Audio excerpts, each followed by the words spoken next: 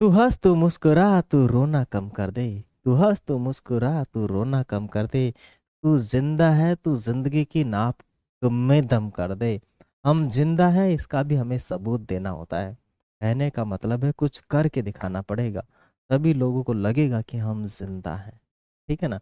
Otherwise जी तो सभी रहे हैं, ठीक है ना, लेकिन सभी से अलग करना और अलग होके जीना एक अलग बात है।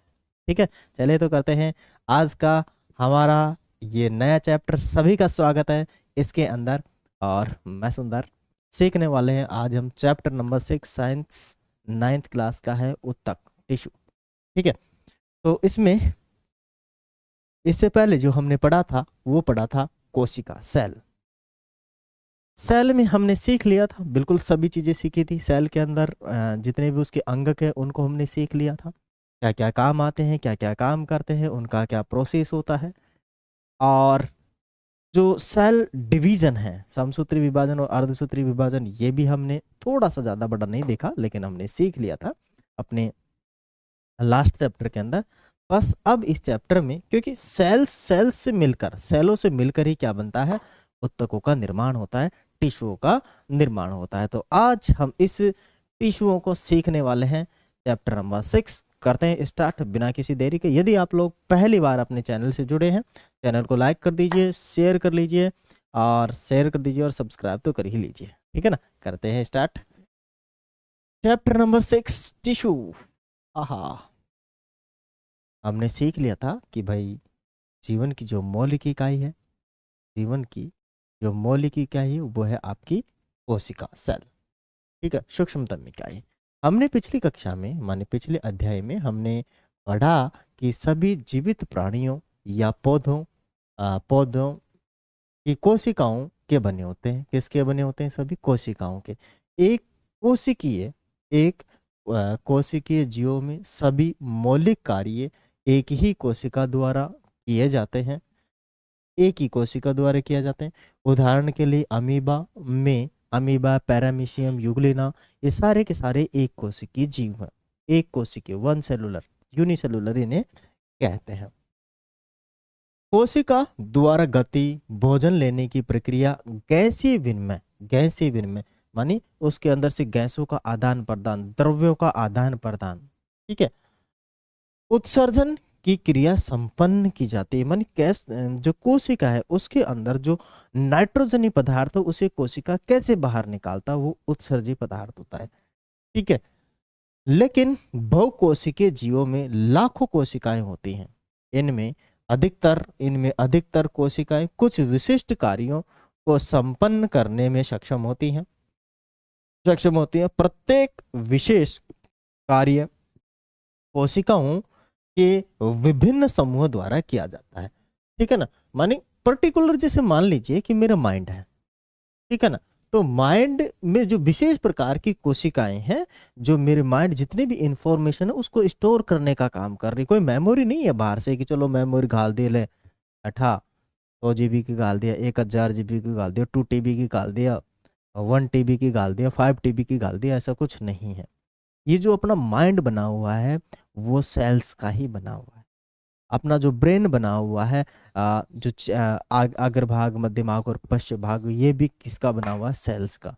मेरे हाथों की जो कोशिकाएं हैं उठाने का काम करती है, मेरे नाक की कोशिकाएं नाकों को बंद करने का, आंख की कोशिकाएं देखने का कार्य करती। तो अपने शरीर के अंदर काफी विभिन्न अंगों के अंदर विभिन्न प्रकार की कोशिकाएं हैं और वे अलग अलग प्रकार के कार्य संपन्न करती है। क्या करती है? अलग अलग कार्य करने में सक्षम होती है।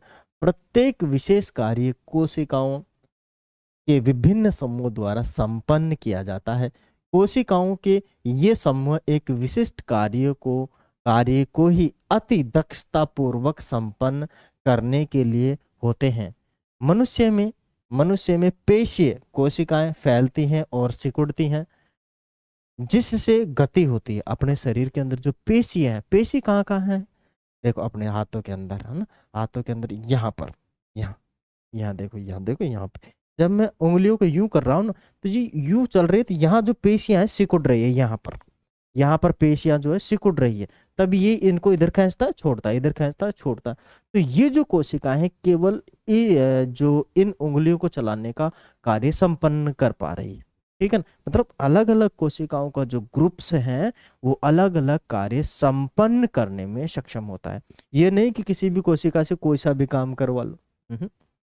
जो जिस चीज के लिए बना वही कार्य संपन्न करेगा। तंत्रिका कोशिकाएं संदेशों को भेजने का कार्य करती है। शरीर की सबसे बड़ी कोशिका कौन सी होती है? तंत्रिका कोशिका। कौन सी कोशिका है शरीर की सबसे बड़ी कोशिका? तंत्रिका कोशिका होती है। और वो क्या करती हैं? एक जगह से दूसरी जगह सूचनाओं को पहुंचाने का कार्य करती है। अपने शरीर के अंदर पूरी तंत्रिकाओं का जाल बना हुआ है। तभी अगर मैं सामने देख रहा हूं और पीछे से मान लीजिए मेरा हाथ ऐसे लगाया और ये गर्म हो जाए तो मुझे पता लग जाएगा, जबकि मैंने देखा थोड़ी है कि ये गर्म है ठंडा है क्या है ना। पर मैं जैसे ही छूंगा तो मेरे माइंड को पता लगे अरे this is hot, this is hot, ये बहुत ठंडा, ये बहुत गर्म है। अपना फोन गर्म हो जाए तो गाल के लगा के देखते हैं, या फिर हाथ से ही पकड़ के देख लेते हैं।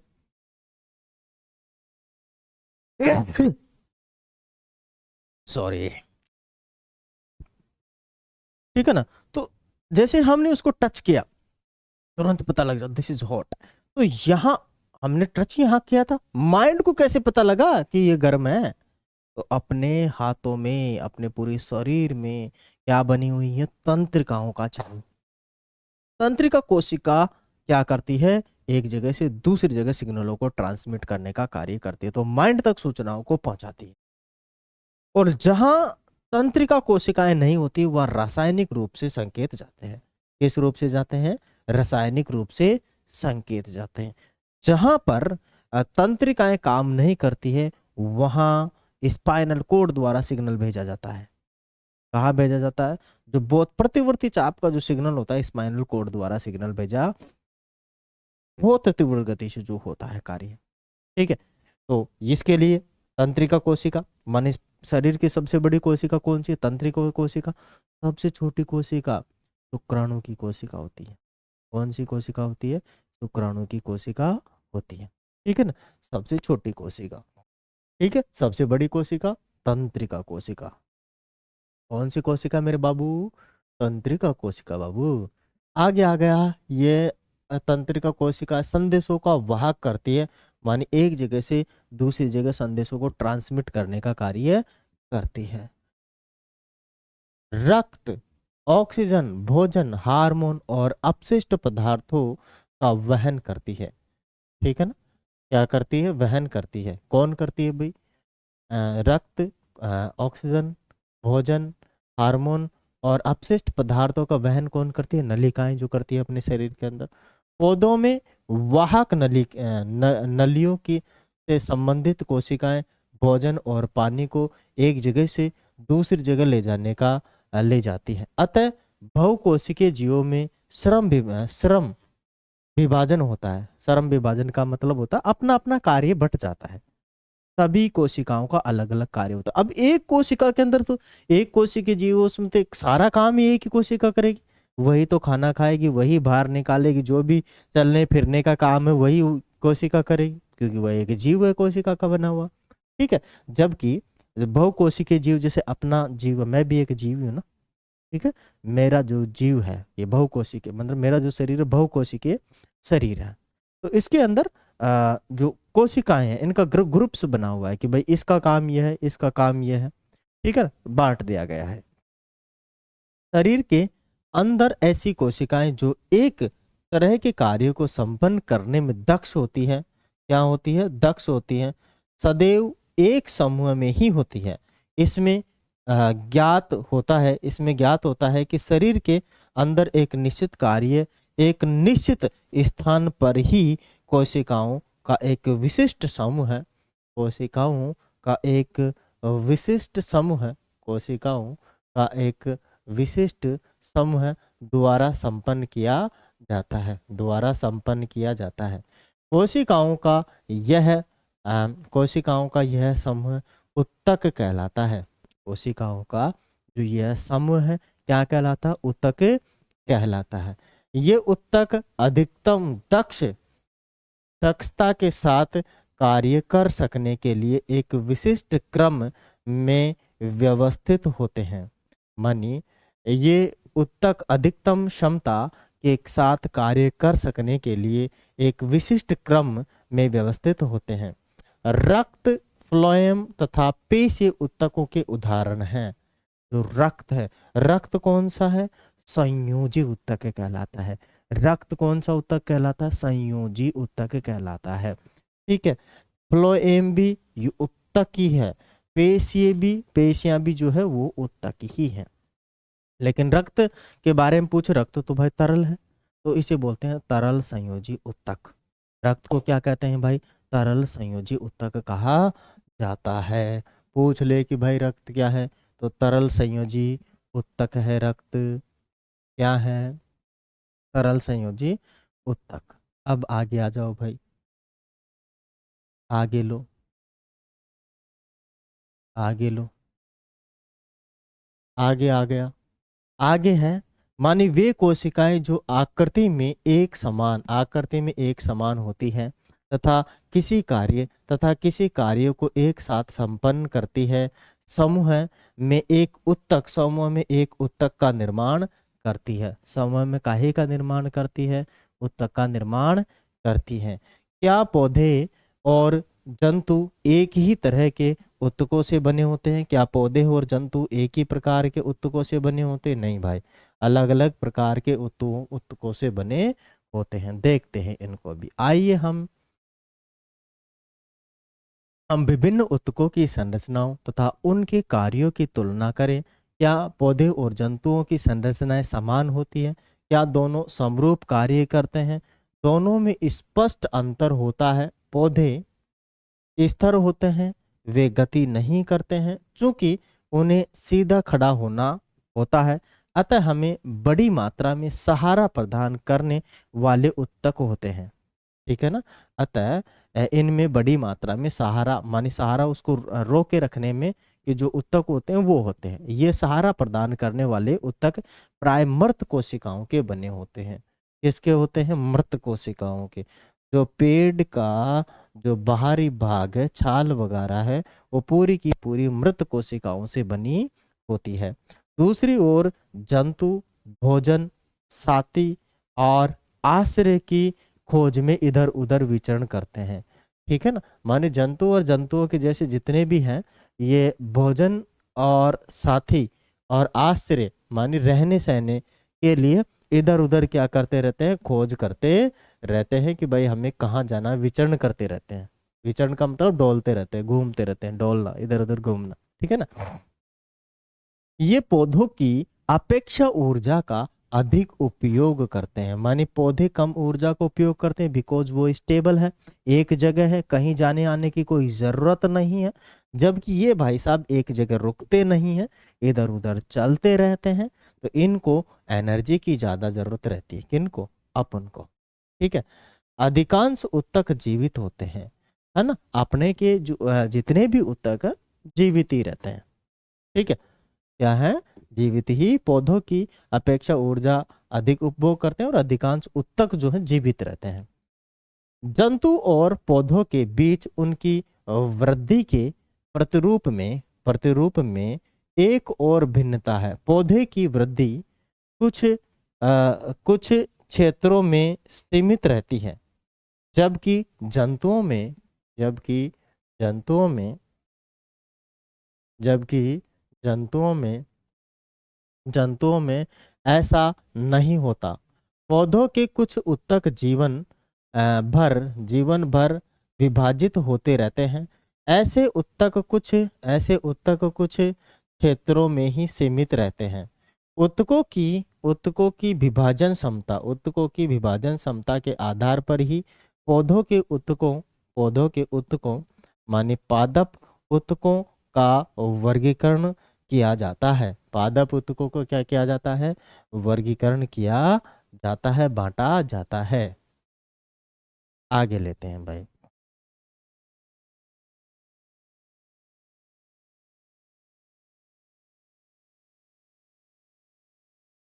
आगे लीजिए।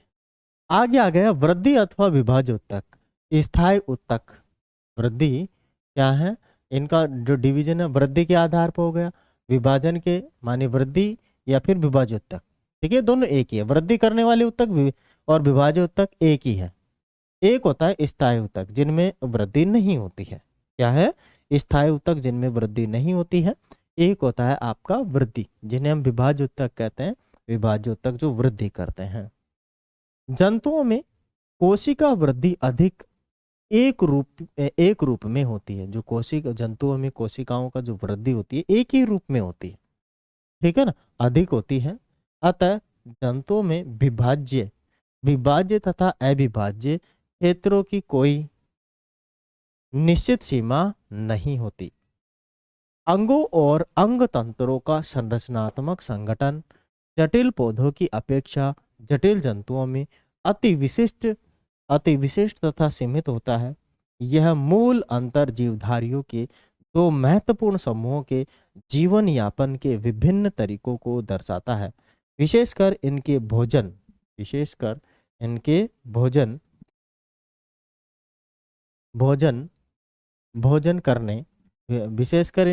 करने की प्रक्रिया में संरचनात्मक संगठन एक और पौधे के गतिहीन अस्तित्व और दूसरी ओर जंतुओं के प्रचलन के लिए अंग तंत्रों के विकास हेतु विभिन्न प्रकार के अनुकूलित होते हैं। कहने का मतलब यह है कि भाई पौधा स्टेबल है तो उसमें कोई भी चल पदार्थ नहीं है, मानी चलने वाला अंग नहीं है, ठीक है ना, मानी वो एक पर्टिकुलर जगह है। कभी आप उसको देखो धड़कन सुन के कि देखो धड़कन आ रही है कि पौधे के, ना अपने सुन के देखो आती है कि नहीं आती। किसी भी जीव में सुन के देख लीजिए धड़कन आएगी। अपने शरीर के अंदर जैसे हाथ है मेरे अलग गति कर रहे हैं, पाँव अलग गति कर रहे हैं, मुंह अलग गति कर रहा है, आंख अलग कर रही है, बाहें अलग कर रही है, ठीक है ना, नाड़ अलग गति कर रही है, ठीक है। तो सभी जो अपने हैं गतिशील उत्तक है अपने शरीर के अंदर। अपने पेट के अंदर भी काफी सारा जो उत्तक हैं वो गतिशील उत्तक हैं, गति करते हैं, मतलब नॉर्मल एक जगह से मोमेंट करते रहते हैं, जबकि पेट में ऐसा कोई भी पार्ट नहीं होता है। जटिल जंतुओं तथा पौधों के संदर्भ में अब हम उत्तकों की अवधारणा के बारे में विस्तृत चर्चा करने वाले हैं, ठीक है। अब आगे आ गया कि भाई उत्तक क्या है, मानी कोशिकाओं से बने समूह को उत्तक कहते हैं। आगे क्या है, कोशिकीय जीवों में उत्तकों का क्या उपयोग है। कोशिकीय जीवों के अंदर जो उत्तक है उनका अलग अलग उपयोग है। जैसे इस हाथ के उत्तकों का अलग उपयोग है, उंगलियों के उत्तकों का अलग उपयोग है, अपने माइंड में जो कोशिकाओं का समूह बैठा है उसका अलग उपयोग, आंखों का अलग उपयोग, मुंह और लिप्स में जो चल रहे हैं अलग है, अपने जो जीभ है उसका अलग है, सबका अलग अलग यूज है, अपना अलग अलग क्या है कार्य है, ठीक है। अब है पादप के अंदर पादप के अंदर जो उत्तक है वो कितने प्रकार के होते हैं। विभाज्य उत्तक का मतलब होता है वृद्धि करने वाला उत्तक, और जो वृद्धि नहीं करता है वो स्थायी उत्तक कहलाता है। तो दो प्रकार के होते हैं, विभाज्य उत्तक और स्थायी उत्तक, इसको हम देखेंगे। तो अपने पास है पादप उत्तक, हम पढ़ रहे हैं। पादप उत्तक में प्याज के मूल रोम में वृद्धि, ये कौन सा है, विभाज्य उत्तक है, ठीक है ना, क्योंकि उसमें कोशिकाओं की वृद्धि हो रही है। तो उत्तक भी क्या कर रहे हैं, वृद्धि कर रहे हैं। उत्तक भी क्या कर रहे हैं, वृद्धि कर रहे हैं। दो शीशे के जार लेते हैं और इनमें पानी भर देते हैं। अब दो प्याज लेते हैं और दोनों जारों पर एक एक प्याज रख देते हैं, जैसा कि चित्र 6.1 में दिखाया गया है। कुछ दिनों तक दोनों प्याजों की मूलों की लंबाई मापते हैं। पहले, दूसरे और तीसरे दिन में मूल की लंबाई को माप लेते हैं। दूसरे जार में रखी प्याज की मूल को भी चौथे दिन 1 सेंटीमीटर काट लेते हैं। इसके बाद दोनों जार में रखी प्याज की मूलों की लंबाई पर 5 दिनों तक निरीक्षण करें और उनमें कोई प्रत्येक दिन की वृद्धि की माप को नीचे लिखें। भाई कितनी कितनी वृद्धि हुई है आपको यहाँ लिखना है। इस जार में रखी हुई प्याज की मूल लंबी है। हमारे द्वारा मूल के ऊपरी हिस्से को काट लेने के बाद भी क्या वह वृद्धि करती है। जब हम जार 2 में रखी प्याज की मूल के ऊपरी हिस्से को काटते हैं तो वे वृद्धि करना बंद कर देंगी। वृद्धि करना क्या कर देगी? बंद कर देगी, क्योंकि पौधों में वृद्धि कुछ निश्चित क्षेत्रों में ही होती है। ऐसा विभाजित ऊतकों के उन भागों में पाए जाने के कारण होता है। ऐसे ऊतकों को विभाजोतक कहते हैं। मानी मैं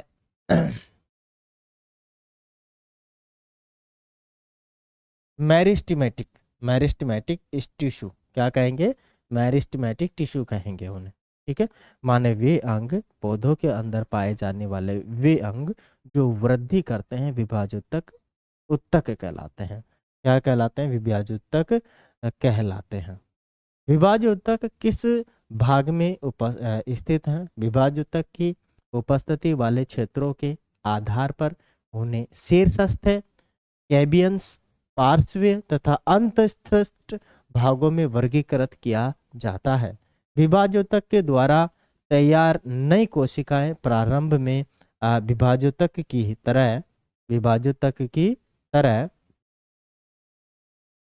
तरह होती है, लेकिन जैसे ही ये बढ़ती हैं और परिपक्व होती हैं, उनके गुणों में धीरे धीरे परिवर्तन होता है और ये दूसरे ऊतकों के घटने के रूप में विभाजित होती है। देखो यहाँ पे कुछ एग्जाम्पल लिए थे स्टार्टिंग में, इन्होंने ये थे।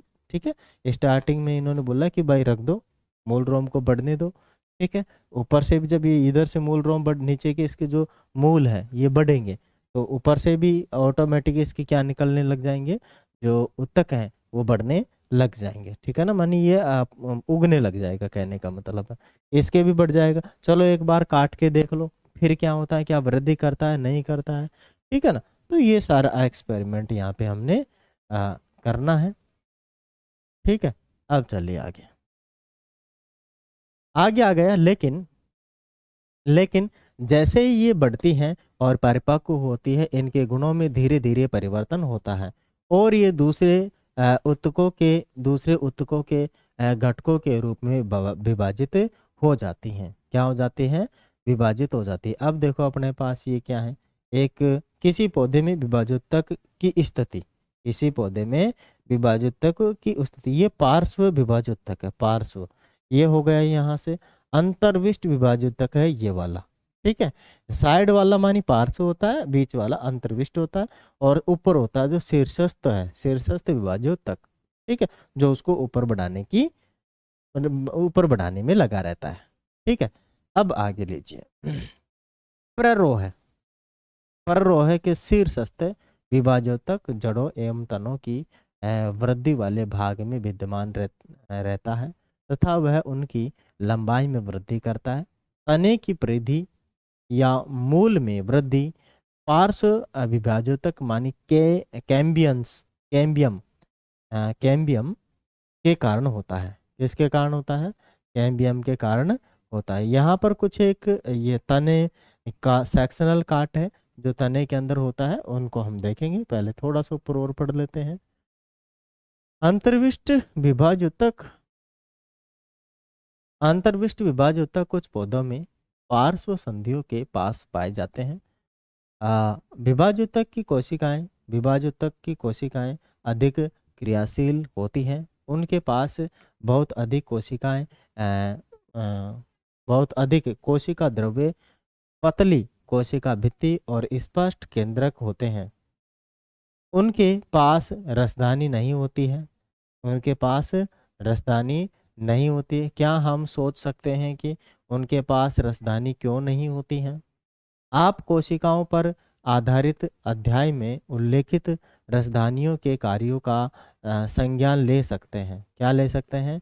संज्ञान ले सकते हैं। अब अपने पास आ गया स्थायी ऊतक। ठीक है, अब इससे पहले हमें समझ लेना चाहिए कि जो हमने विभाजोतक पढ़ा था, विभाजोतक का मतलब है वृद्धि ऊतक। जिन ऊतकों के अंदर वृद्धि होती है वो विभाजोतक ऊतक कहलाते हैं और जिनके अंदर वृद्धि नहीं होती वो स्थायी ऊतक कहलाते हैं। ठीक है, तो पादप में दो ही प्रकार के सिस्टम पाए जाते हैं, क्योंकि पादप चल तो सकता नहीं है, या तो उसके टहनियों को काट दो फिर वो अगले साल धीरे धीरे बढ़ने लग जाएगी। ठीक है। तो उनमें विभाजन, उनके ऊतकों के अंदर वृद्धि होती है, विभाजन होता है, तो इसीलिए उनमें जो पाए जाने वाले जो ऊतक वो विभाज्य ऊतक ऊतक कहलाते हैं। क्या कहलाते हैं? विभाज्य ऊतक ऊतक कहलाते हैं। जबकि उसका जो जो तना है, उसका जो तना है उसके अंदर कुछ एक पर्टिकुलर कुछ एक पार्ट होते हैं जो स्थायी ऊतक होते हैं, उनमें वृद्धि नहीं होती है। ठीक है, चलिए आगे। स्थायी ऊतक, विभाज्य ऊतक द्वारा बनी कोशिकाओं का क्या होता है? ये कोशिकाएं एक विशिष्ट कार्य करती हैं और विभाजित होने की शक्ति को खो देती हैं, जिसके फलस्वरूप वे स्थायी ऊतक का निर्माण करती हैं। कहने का मतलब है मेरे भाई, जो विभाज्य ऊतक के दौरान जिन कोशिकाओं का, जिन ऊतकों का विभाजन हुआ था, उनकी जो कोशिकाएं धीरे धीरे अपनी जो विभाजन की क्षमता है वो खो देती हैं। क्या कर देती है? खो देती है, मानी नष्ट कर देती है, गुण ही समाप्त हो जाता है। तो वो स्थायी रूप से वहीं रह जाती है, न तो वृद्धि करती है न सिकुड़ती है। तो ऐसी कोशिकाएं क्या कहलाती है? स्थायी ऊतक है। मानी ऐसी कोशिकाओं से बना जो ऊतक है क्या कहलाएगा? आपका स्थायी ऊतक कहलाता है। स्थायी ऊतक का निर्माण करती है। इस प्रकार एक विशिष्ट कार्य करने के लिए स्थायी ऊतक और आकार लेने की क्रिया को विभेदीकरण कहते हैं। विभाज्य ऊतक की कोशिकाएं विशिष्टीकृत होकर विभिन्न प्रकार के स्थायी ऊतक का क्या करती है? विकास करती है। एक पौधे के तने को लीजिए तथा अपने शिक्षक की सहायता से उसके पतले सेक्शन काटिए। एक पौधे का तना ले लो कोई से भी, और उसका जो सेक्शनल काट है वो आप काटिए। ठीक है, ये हमने ले लिया है। इसके अंदर सभी जो तने हैं सब कुछ चीजें दिखाई गई हैं। पहला है ट्राइकोमा, ये जो निकल रहा है ट्राइकोमा है, साइड के अंदर से जो टहनियाँ निकल जाती है। म्यूसिलेगिनस कैनाल, ये जो इसके अंदर है म्यूसिलेगिनस कैनाल है। और इसमें है क्यूटिकिल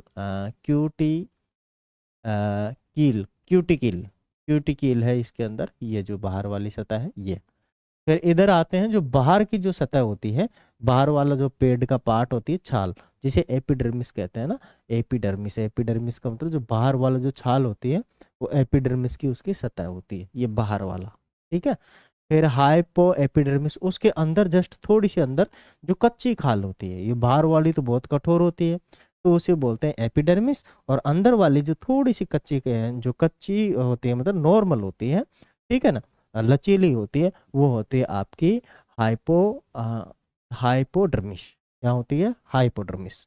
ठीक है, आगे आ गए कॉर्टेक्स। उसके अंदर जो भाग रहता है वो रहता है आपका थोड़ा अंदर, कॉर्टेक्स होता है। फिर आ गया एंडोडर्मिस। एंडोडर्मिस का मतलब एक तरीके से बिल्कुल बहुत ही कच्चा वाला पदार्थ, ठीक है, जो आसानी से कट जाए। ठीक है, तो होता है एंडोडर्मिस। फिर होता है पेरिकाइलिक पदार्थ होता है, ये लाल लाल दिखा है, ये जो लाल पेरिकाइलिक पदार्थ है जो लाल लाल दिखाई दे रहे हैं, ये पेरिकाइलिक पदार्थ होते हैं। फिर होता है फ्लोएम। फ्लोएम का मतलब होता है जो पेड़ पौधों के अंदर खाने का संचरण करता है, वो होता है फ्लोएम। अब खाना क्या होता है पेड़ पौधों का?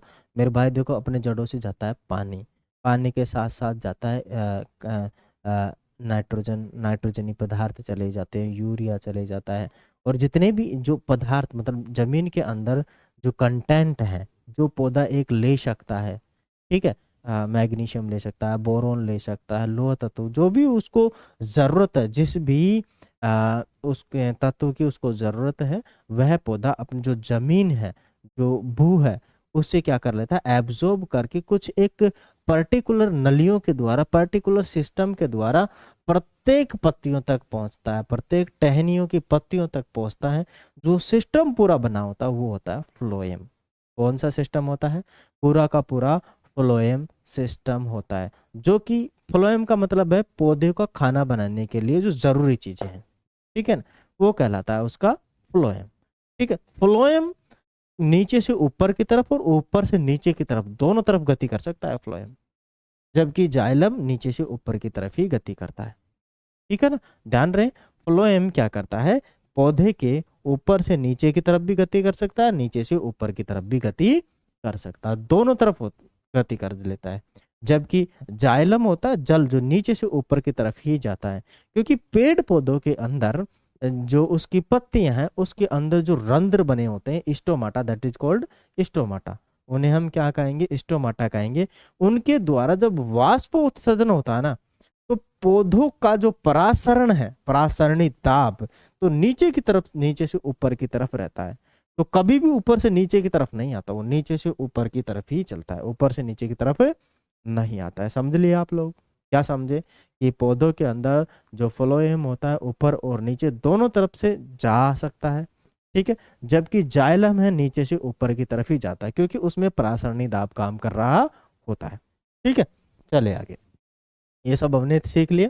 फिर आ गया अपने पास, देखो ये आ गया फ्लोएम आ गया, जो कि फल का काम करेगा। जो आ गए, फिर कैम्बियंस हो गया, फिर मोटा जाइलम्स हो गया, मोटा जाइलम हो गया, फिर प्रोटोजाइलम हो गया, फिर मज्जा किरण हो गया, फिर जाइलम आ गया। तो जाइलम का काम क्या है? जाइलम का काम है नीचे से जल ऊपर की तरफ ले जाना, ये खत्म काम है, जल ले जाने का काम होता है। फिर ये होता है पथ, इसका जो बीच में जो दिख रहा है, ये पथ है, किस चीज का है इतना मैं नहीं समझता हूँ, है ना। तो आगे आ गया अपना सेक्शनल काट को तो हमने देख लिया, ठीक है। अब इसके अंदर कुछ चीजें होती हैं, उनको भी समझने की कृपा करते हैं, कोशिश करते हैं, सॉरी कृपा नहीं, कोशिश कृपा तो भगवान करेगा अपने ऊपर, है ना। हम काहे कृपा करें बाबू। चले तो, गला थोड़ा दुख गया है, मैं थोड़ा सा क्या खा लेता हूँ, मिठाई गुड़ खा लेता हूँ, है ना। आप भी खा लीजिए। चलो मुझे मुझे बताओ कि गुड़ में कौन सा पदार्थ होता है। ऑप्शन में दे देता हूँ, दो ऑप्शन देता हूँ।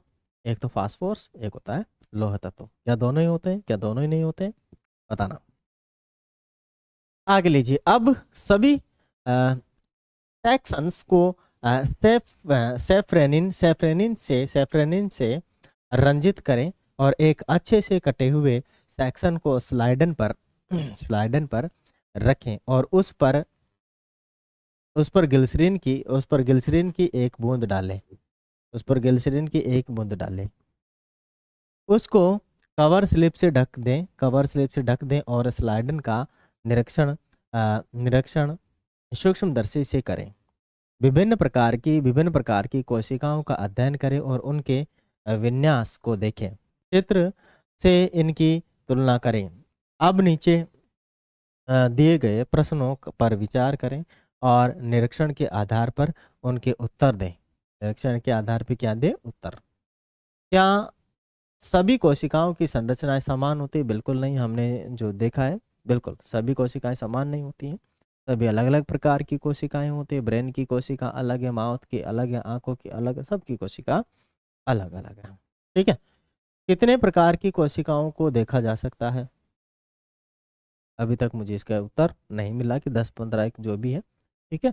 वैसे नॉर्मल दो प्रकार की थी, एक तो विभाजित ऊतक मानी जो विभाजित होती है, और एक स्थायी ऊतक, ठीक है ना। और पता नहीं जो भी है, देखेंगे आगे।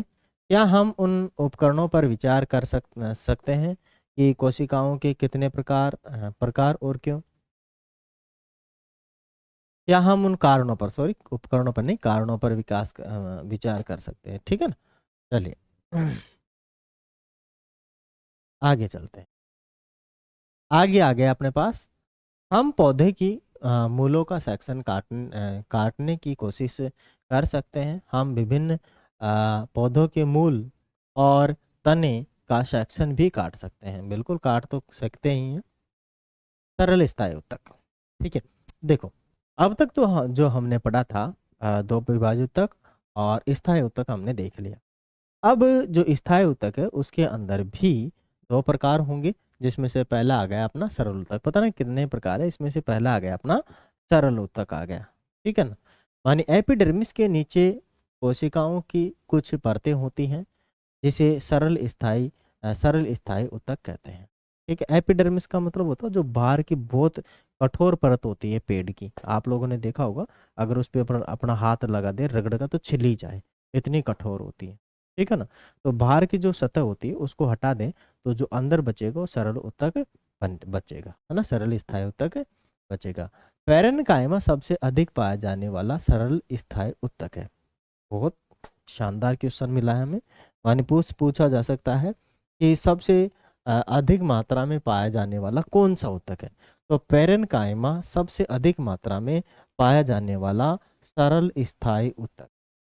इसका ध्यान रहे, इस चीज का ध्यान रहे, इस चीज का ध्यान रहे कि सबसे ज्यादा पाया जाने वाला सरल स्थायी ऊतक कौन सा है। तो वो है आपका पेरेन्काइमा। कौन सा है भाई? पेरेन्काइमा। ठीक है।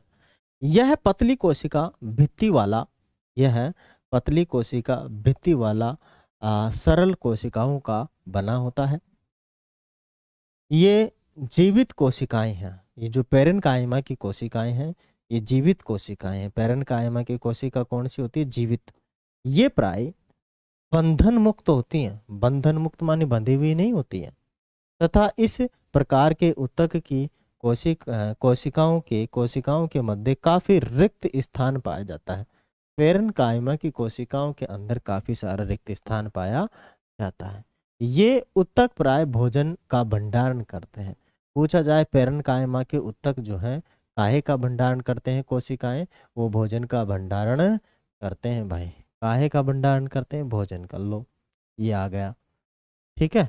ये जो कोशिकाएं दिखाई गई है यहाँ पे, ये काय की है? पेरेन्काइमा और क्लोएन्काइमा की कुछ है ना। तो अपने पास इधर वाला जो फर्स्ट नंबर का, ये पेरेन्काइमा। पेरेन्काइमा भोजन स्टोरेज के लिए काम में आता है। ठीक है। इसकी कोशिकाएं जीवित कोशिकाएं होती हैं। ठीक है। विभिन्न प्रकार की सरल ऊतक, जैसे एक इधर वाला तो पेरेन्काइमा हो गया और इधर आ गया कोलेन्काइमा। इधर वाला कोलेन्काइमा। ठीक है। ये पेरेन्काइमा है, कोलेन्काइमा। इसमें क्या होता है?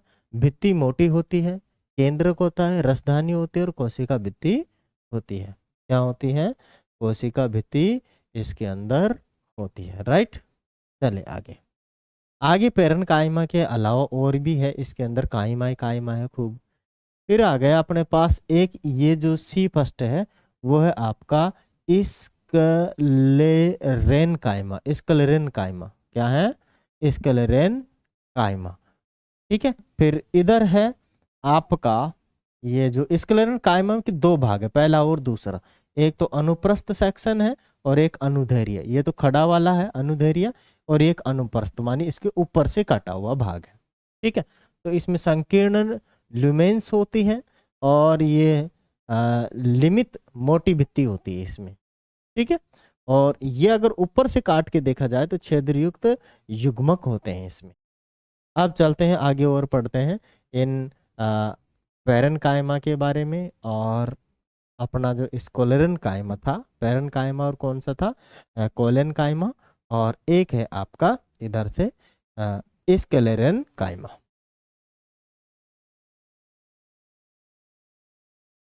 अब कुछ पेरेन्काइमा ऊतकों में क्लोरोफिल पाया जाता है, सभी में नहीं पाया जाता है।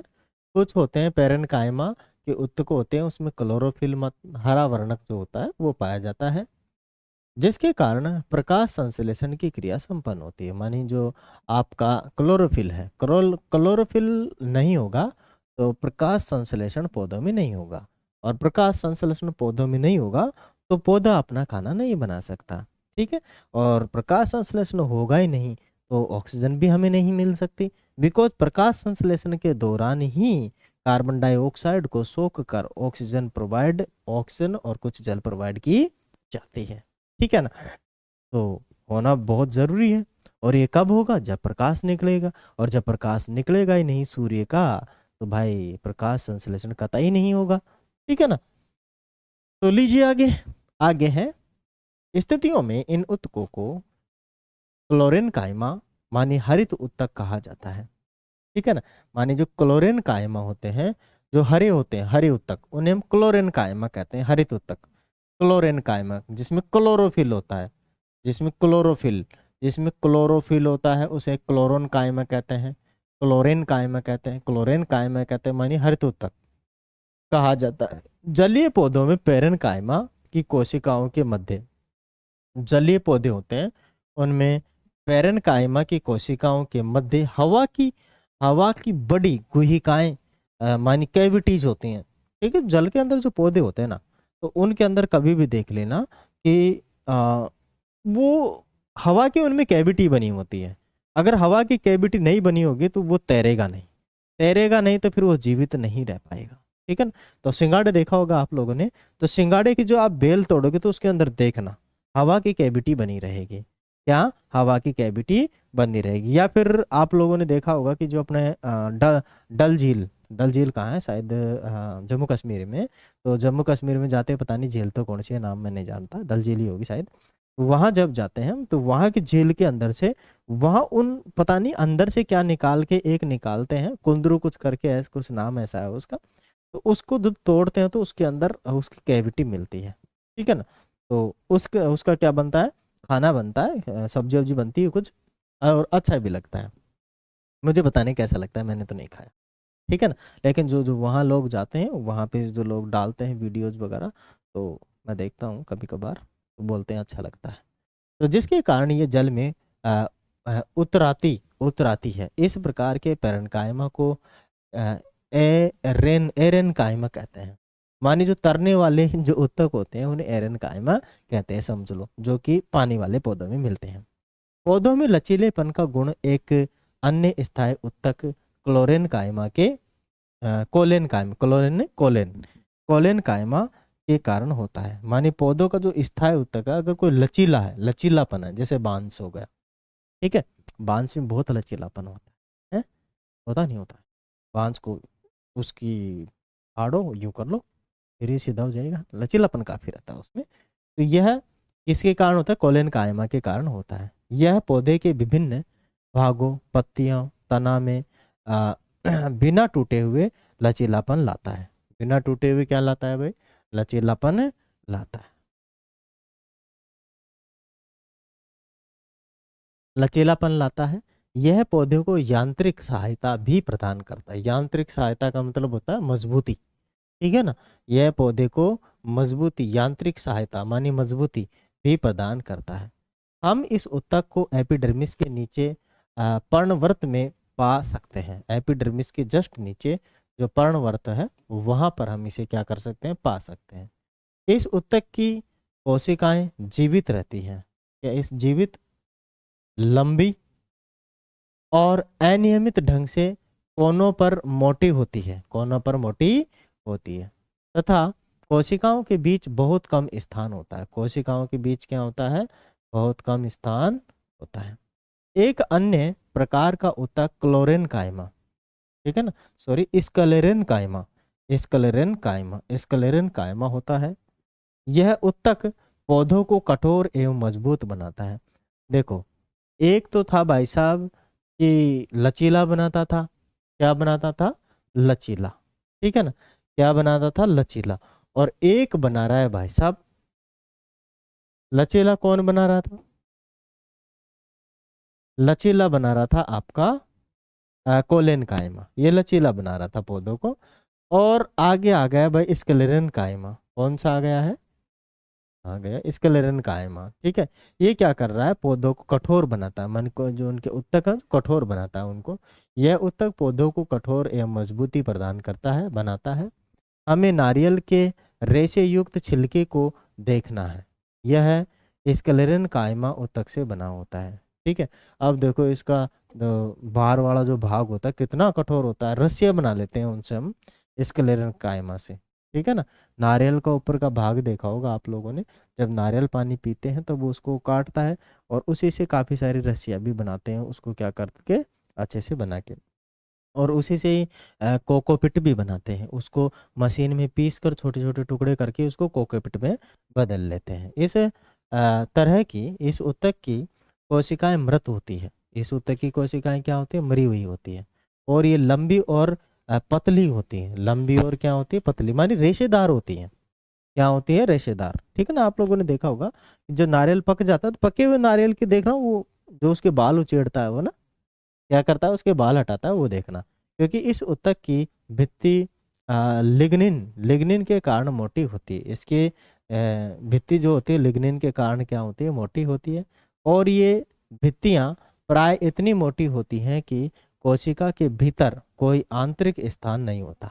इतनी मोटी होती है कि कोशिका के भीतर कोई आंतरिक स्थान नहीं होता है। क्या नहीं होता है भाई? आंतरिक माने अंदर का स्थान नहीं होता है। चलिए तो भाई देखते हैं और क्या क्या है इसके अंदर। ठीक है। मानी चित्र सी में यह उत्तक तने में संवहन बंडल के समीप पत्तियों की सिराओं में तथा बीजों और फलों के कठोर छिलकों में उपस्थित होता है। यह पौधे के भागों को मजबूत प्रदान करता है, मजबूती प्रदान करता है। आगे चलते हैं, क्रियाकलाप करते हैं। रियो की ताजा ताजा तोड़ी हुई पत्तियां लीजिए। रियो कुछ होगा पेड़ वेड़, और इसे दबाव लगाकर इस तरह से तोड़िए कि पत्तियों का छिलका अलग निकल जाए। इस छिलके को अलग करके जल से भरी हुई एक पेंट्री डिश में रखें। इसमें कुछ बूंदे सेफेनिन विलियन की डालिए। ठीक है। तो अपने पास ये देखो कुछ एक दे रखा है, ये पार्श्व दृश्य और कुछ दृश्य है कोशिकाओं का। ठीक है। ये उसका है ना, जो अपना जो पेड़ होता है ना, पेड़ का पत्ता। ठीक है ना, पेड़ का जो पत्ता है, कोई सा भी पत्ता ले लीजिए, पत्तियां तोड़ लीजिए और उस पर कुछ डाल दीजिए और उसको थोड़ा दबाव लगाइए, तो आपको रक्षी कोशिकाएं दिखेगी, जो ये दिख रही हैं चारों तरफ जो उसकी। और ये जो भाग दिख रहा है ये होता है स्टोमाटा। स्टोमाटा माने पेड़ की जो पत्तियां होती है उनमें छोटे छोटे छिद्र बने होते हैं, रंध्र बने होते हैं, उन्हें स्टोमाटा कहते हैं। ये एपिडर्मिस होती है बाहर की जो है पतली परत होती है, और ये स्टोमाटा होते हैं, और ये रक्षी कोशिकाएं होती हैं। ये जो आपको दिख रहे हैं ये छिद्र हैं जो पौधा होता है उसकी पत्तियों के अंदर, दैट इज कॉल्ड स्टोमाटा। इन्हें हम क्या कहते हैं? स्टोमाटा हम कहते हैं। माने द्वार कोशिका तथा एपिडर्मिस कोशिकाएं। ठीक है, द्वार कोशिका का मतलब है वही। चले आगे। कुछ समय कुछ समय मान लगभग 2 मिनट पश्चात छिलके को स्लाइड पर रख दीजिए तथा इसे धीरे धीरे कवर स्लिप से ढकें। इसका सूक्ष्मदर्शी माने जो माइक्रोस्कोप द्वारा अवलोकन कीजिए। जो आप देख रहे हैं वह कोशिकाओं की सबसे बाहरी परत एपिडर्मिस है। कोशिकाओं की सबसे जो बाहरी परत है एपिडर्मिस है। एपिडर्मिस प्राय कोशिकाओं के एक परत की बनी होती है। सूक्ष्म स्थानों पर मिलने वाले पौधों में एपिडर्मिस मोटी होती है। ठीक है, जो जल के क्षय को बचाव हेतु महत्वपूर्ण है। पौधों की पूरी पौधों की पूरी तरह एपिडर्मिस से ढकी रहती है, और यह पौधों के यह पौधों के यह पौधों के एपिडर्मल कोशिका पौधों की बाह्य परत पर प्राय एक मोम जैसी जल प्रतिरोधी परत बनाती है। यह जल क्षय के विरुद्ध यांत्रिक आघात तथा परजीवी कवक के प्रवेश से पौधों की रक्षा करती है, क्योंकि एपिडर्मल कोशिकाओं का उत्तरदायित्व रक्षा करने का है। अतः इसकी कोशिकाएं अंतर अंतरकोशिकीय स्थान के बिना किसी अंतरकोशिकीय स्थान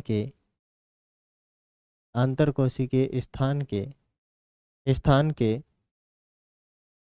अछिन्न परत बनती। अछिन्न का मतलब होता है इनमें कोशिकाओं में अंतर नहीं होता, आपस में एक दूसरे से सटी हुई रहती हैं, स्थान नहीं होता है। अधिकांश एपिडर्मल कोशिकाएं अपेक्षाकृत चपटी होती है और सामान्यतः उनका बाह्य तथा पार्श्व भित्तियां उनके आंतरिक भित्तियों से मोटी होती हैं। पत्तियों की एपिडर्मिस में हम छोटे छोटे छिद्रों को देख सकते हैं। इन छिद्रों को स्टोमाटा कहते हैं। ठीक है, यही काम का है अपना। ओके, स्टोमाटा है ना। पूछा जाता है कि स्टोमाटा किसे कहते हैं? पत्तियों के नीचे बने छिद्र को स्टोमाटा कहते हैं, जो कि गैसों का आदान प्रदान करने का कार्य करता है। स्टोमाटा को दो वृक्क के आकार की वृक्क बनी किडनी तो किडनी, वृक्क माने किडनी के आकार की कोशिकाएं घेरी रहती है, जिन्हें रक्षी कोशिकाएं कहते हैं। उनको क्या कहते हैं भाई?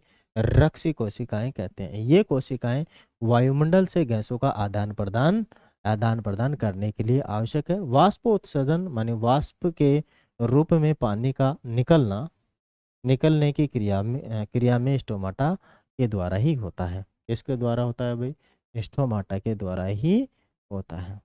याद करें, प्रकाश संश्लेषण के लिए किस गैस की आवश्यकता होती है और पौधों में वाष्पोत्सर्जन के कार्यों का उल्लेख करें। ठीक है, माने प्रकाश संश्लेषण के लिए कार्बन डाइऑक्साइड गैस की जरूरत रहती है, प्रकाश की जरूरत रहती है, वाटर की जरूरत रहती है। ठीक है, चलिए आगे।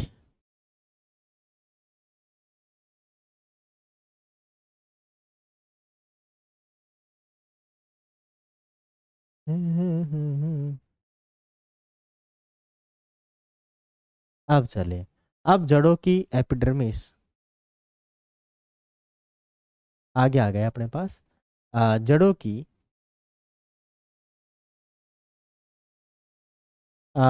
की एपिडर्मल कोशिकाएं पानी को सोखने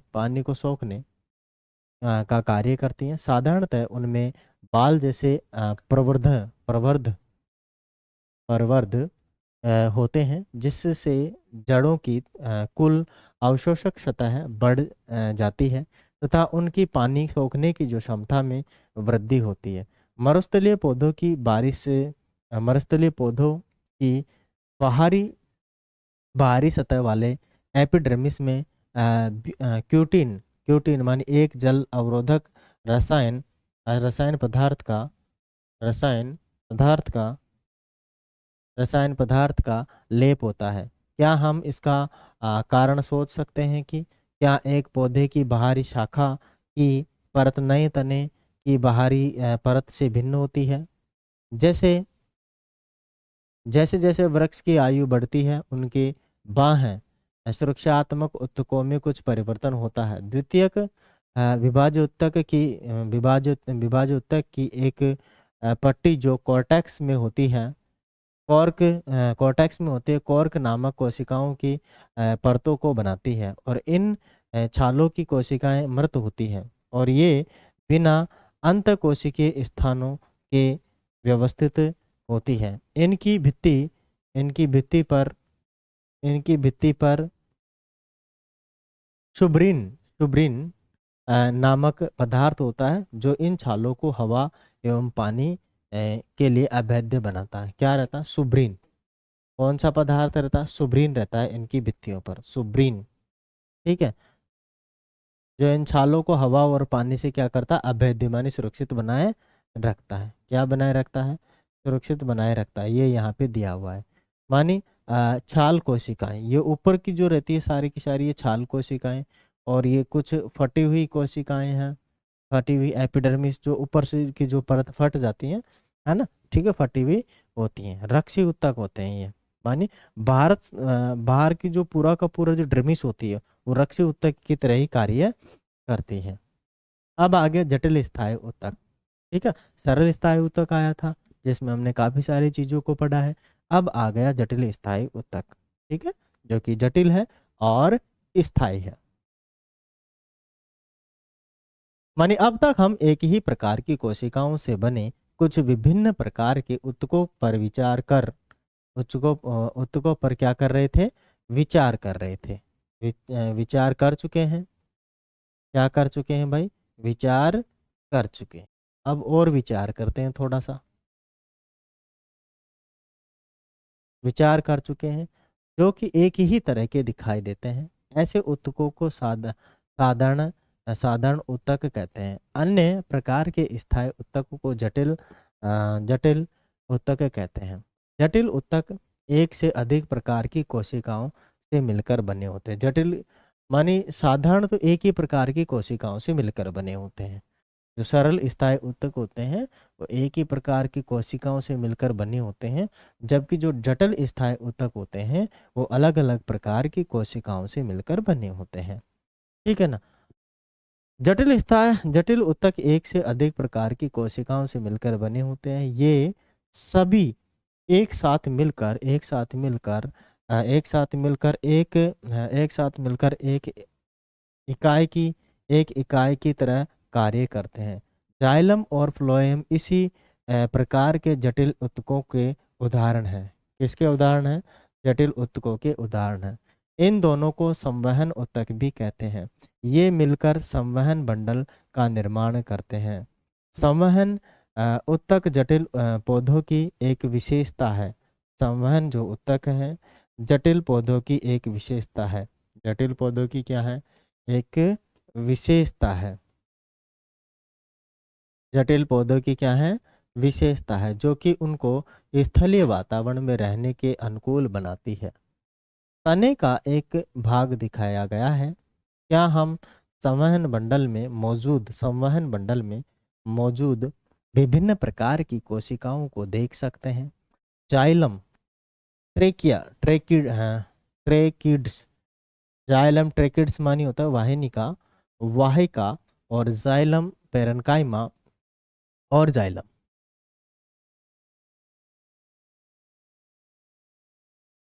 जाइलम फाइबर रेशो से मिलकर बना होता है। जाइलम जो होता है फाइबर रेशो से मिलकर बना होता है। ट्रेकियार्ड एवं वाहिनिकाओं की कोशिका भित्ति जो मोटी होती है और इनमें से कई परिपक्व कोशिकाएं मृत होती हैं। ट्रेकिड्स और वाहिका की संरचना नलिकाकार होती है और इनके द्वारा खनिज लवण पानी और खनिज लवण जो ट्रेकियार्ड्स की है, मानी ये जो है आपकी ट्रेकिड और वाहिकाओं की संरचना नलिकाकार होती है और इनके द्वारा पानी और खनिज लवण का ऊर्ध्वाधर संवहन होता है। ऊर्ध्वाधर का मतलब होता है नीचे से ऊपर की तरफ संवहन होता है। पानी का मानी जाइलम जल से नीचे ऊपर की तरफ चढ़ता है, पेड़ों के अंदर उसे जाइलम कहते हैं। और ऊर्ध्वाधर चढ़ता है, ऊपर से नीचे नहीं आता, नीचे से ऊपर ही जाता है। पैरेन्काइमा भोजन का संग्रह करता है। पैरेन्काइमा, ठीक बात है, भोजन का क्या करता है? संग्रह। और जाइलम फाइबर रेशे मुख्य सहारा देने का कार्य करते हैं। फ्लोएम 5 प्रकार के अवयवों मानी चालनी कोशिकाएं, चालनी नलिकाएं मानी चालनी कोशिकाएं, चालनी नलिकाएं, सिव ट्यूब्स, साथी कोशिकाएं, फ्लोएम पेरेन्काइमा और फ्लोएम रेशो से माने फ्लोएम पेरेन्काइमा और फ्लोएम रेशो से मिलकर बना होता है। पहला क्या है भाई? देखो, चालनी कोशिकाएं हो गए फर्स्ट, चालनी नलिकाएं हो गया 2, फिर हो गया साथी 3, और फ्लोएम पेरेन्काइमा और फ्लोएम रेशे से मिलकर बना होता है। कौन बना होता है? ये होता है आपका फ्लोएम। 5 प्रकार के अवयवों से बनता है। ये जो फ्लोएम है इनसे बनता है।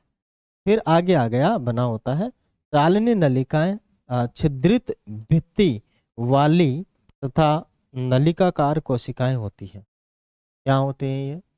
छिद्रित कोशिकाएं वाली नलिकाकार कोशिका होती हैं।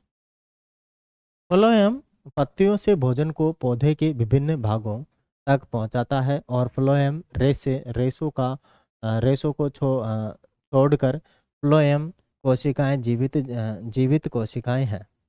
कौन सी कोशिकाएं हैं भाई? जीवित कोशिकाएं। यहाँ पर ये दिया गया है, पूरा का पूरा काट दिया गया है। ठीक है, क्या दिया गया है? पूरा का पूरा काट दिया गया है। इसको समझ लीजिए जरा, क्या दिया है यहाँ पे। एक तो ट्रेकियार्ड है, ये जो ट्रेकियार्ड ही दिया है, ये छिद्र इसमें रहते हैं इस प्रकार से, यहाँ से काट इसका दिया है। फिर वाहिका जो है, यहाँ पे इनमें भी जो छिद्र यूं चढ़े हुए रहते हैं, ये देखो ये यूं चढ़े रहते हैं, ठीक है ना, यूं चढ़े रहते हैं। ये होगा जाइलम पेरेन्काइमा। जाइलम पेरेन्काइमा में क्या होता है? पानी नीचे से ऊपर की तरफ चढ़ता है, ठीक है, ऊपर से नीचे कभी नहीं आता इसमें, ठीक है। और ये फ्लोएम सेक्शन है, माने फल का जो होता है, ये फ्लोएम ऊपर से नीचे भी होता है, नीचे से ऊपर भी होता है। अब फ्लोएम जो सिस्टम बनता है 5 चीज़ों से मिलकर बना होता है। एक तो चालनी प्लेट हो गई, चालनी नलिका हो गई, फ्लोएम पेरेन्काइमा हो गया, साथी कोशिका हो गई, और एक होता है फ्लोएम कुछ सिस्टम होता है, ठीक है। तो 5 चीज़ों से मिलकर बना होता है। ध्यान रहे, फ्लोएम दोनों प्रकार से हो सकता है, नीचे से ऊपर, ऊपर से नीचे, लेकिन जाइलम नीचे से ऊपर ऊर्ध्वाधर की तरफ ही रहता है, ऊपर की तरफ ही जाता है, नीचे की तरफ नहीं जाता है। कहाँ जाता है भाई ये? ऊपर की तरफ ही जाता है, नीचे की तरफ कदापि नहीं जाता है। ठीक है ना? समझे नहीं समझे बाबू? समझ गए ना? चले तो आगे चलते हैं, चलते हैं बाबू। ठीक है।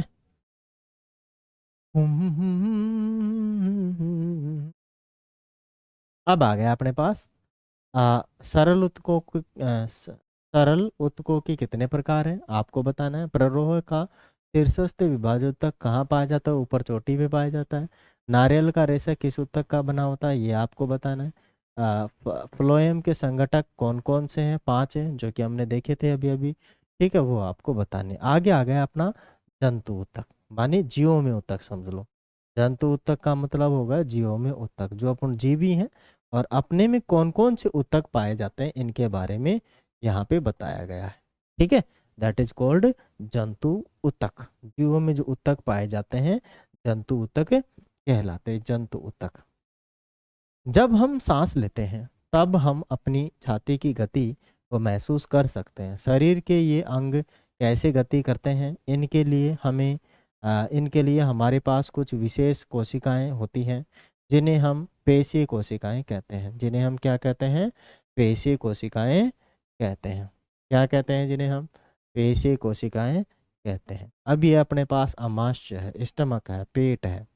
ठीक है, तो इनके बारे में हम जानेंगे। अभी थोड़ा सा पढ़ लेते हैं। यहाँ पर स्टमक है, यहाँ पर देखो ये छोटा सा पार्ट, इसको काटा है, फिर यहाँ कुछ बड़ा करके इसको देखा, फिर यहाँ चिकने पेशी रेशे हैं, फिर केंद्रक है इसी के अंदर, फिर चिकने पेशी रेशे है ना, चिकनी पेशी रेशे कुछ यहाँ पेशी रेशे यहाँ पे दिखाए गए, समझेंगे इसको क्या है ये। ठीक है, आगे चलते हैं आगे। आगे हो गया भाई। मानी इन कोशिकाओं का फैलना और सिकुड़ना अंगों को गति प्रदान करता है। अपने शरीर के अंदर कुछ एक भाग ऐसे हैं जिनमें जो अंग है वो फैलते हैं, सिकुड़ते हैं। उनकी कोशिकाओं के कारण होता है ऐसा। उनमें कोशिकाएं इसी प्रकार की पाई जाती है जो उसको फैलाने और सिकुड़ाने का कार्य करती है, जो कि अभी स्टमक के अंदर ऐसी कोशिकाएं थी। कोशिकाओं को फैलने और सिकुड़ाने का अंगों को गति प्रदान करता है। सांस लेते समय हम ऑक्सीजन लेते हैं। यह है, ऑक्सीजन कहाँ से आती है? वातावरण से आती है। यह फेफड़ों के द्वारा अवशोषित की जाती है तथा रक्त के साथ शरीर की सभी कोशिकाओं तक पहुंच जाती है। कोशिकाओं को ऑक्सीजन की आवश्यकता क्यों होती है? जो भी हम खाना खाते हैं उससे बना हुआ जो स्टार्च या फिर जो भी जो पदार्थ बनता है उसको जलाने के लिए, उसके दहन के लिए ऑक्सीजन बेहद जरूरी, क्योंकि बिना ऑक्सीजन के दहन नहीं हो सकता है। और जब दहन नहीं होगा कोशिका के अंदर से तो एनर्जी डेवलप नहीं होगी, हमें एनर्जी नहीं मिलेगी। तो कोशिका इसलिए जरूरी है। जैसे बाहर भी यदि आग लगती है तो उसका लिए मेन महत्वपूर्ण जिम्मेदार जो पार्ट होता है वो ऑक्सीजन होता है। यदि किसी स्थान पर ऑक्सीजन की सप्लाई प्रॉपर बनी हुई है तो वहाँ आग बुझने की कोई संभावना नहीं है लगने के बाद। परंतु यदि उस ऑक्सीजन सप्लाई को वहां से रोक दिया जाए, अब कैसे करके? वहां कार्बन डाइऑक्साइड छोड़नी पड़ेगी, जिससे कि उस पूरे स्थान पर जगह पर कार्बन डाइऑक्साइड घेर लेगी। कार्बन डाइऑक्साइड क्या होती है? आग लगने नहीं देती है, फैल जाती है, भारी होती है, तो निचले स्तर पे बैठ जाती है, ऑक्सीजन को दूर हटा देगी और ऑक्सीजन सप्लाई हट जाएगी। तो वहाँ क्या हो जाएगा? आसानी से आग बुझ जाएगी। उसी प्रकार अपनी बॉडी के अंदर भी जो हम खाना खाते हैं और जो कोशिकाओं तक वो पहुंचता है, उसका जो रस पहुंचता है, उनको पचाने के लिए, उनका दहन के लिए ऑक्सीजन जरूरी है। ठीक है ना? क्योंकि ऑक्सीजन जो श्वसन होता है कोशिका के अंदर, वो माइटोकॉन्ड्रिया में होता है। ठीक है, मैन जो श्वसन होता है वहां पर माइटोकॉन्ड्रिया को कोशिका का पावर हाउस कहते हैं। ठीक है, तो वहीं पर क्या होता है? इसका दहन होता है। इसके जो पार्ट है वो हमने 10वीं में पढ़ा है अच्छे से। कहाँ पढ़ा है हमने? 10वीं के अंदर इनको हमने पढ़ा है। ठीक है ना? आगे चलते हैं। ऑक्सीजन की आवश्यकता क्यों होती है? माइटोकॉन्ड्रिया का कार्य इस प्रश्न के हल के लिए एक संकेत देता है जिसके बारे में हम पहले पढ़ चुके हैं। अपने अपने 7 विभिन्न पदार्थों को शरीर में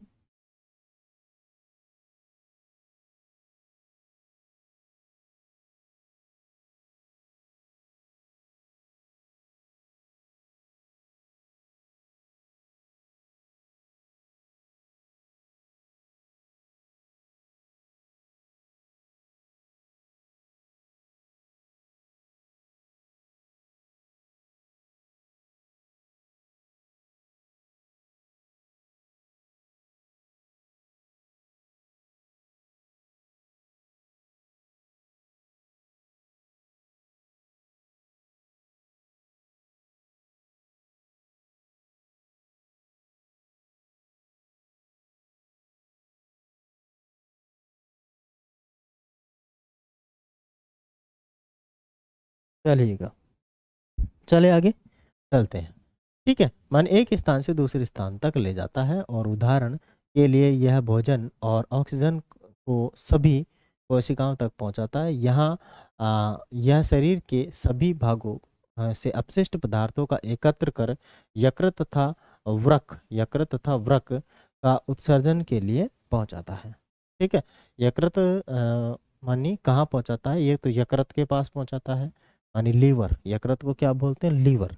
और वृक को बोलते हैं किडनी, क्या बोलते हैं, किडनी के पास पहुंचाता है। ठीक है, मानी जो अपनी जो कोशिकाएं हैं, उन कोशिकाओं में दहन होने के बाद जो अपशिष्ट पदार्थ बचा हुआ रहता है, नाइट्रोजनी पदार्थ होता है, यूरिया होता है, उसे कहाँ पहुंचा दिया जाता है, ब्लड के थ्रू अपने किडनियों में पहुंचा दिया जाता है।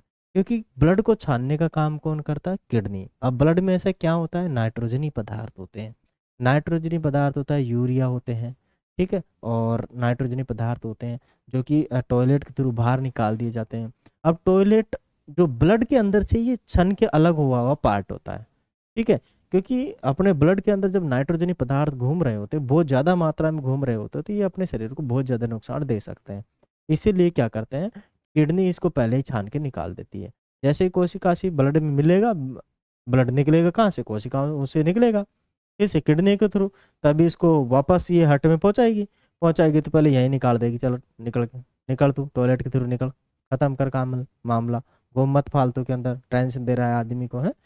तो जिन लोगों की किडनियां खराब हो जाती हैं, उन लोगों को काफ़ी सारी दिक्कत हो जाती है, सूजन आ जाती है, और ये मानो बहुत कुछ होता है। ठीक है, जिनको किडनियां खराब होती है तब उनमें नाइट्रोजनी पदार्थ घूमते रहते हैं।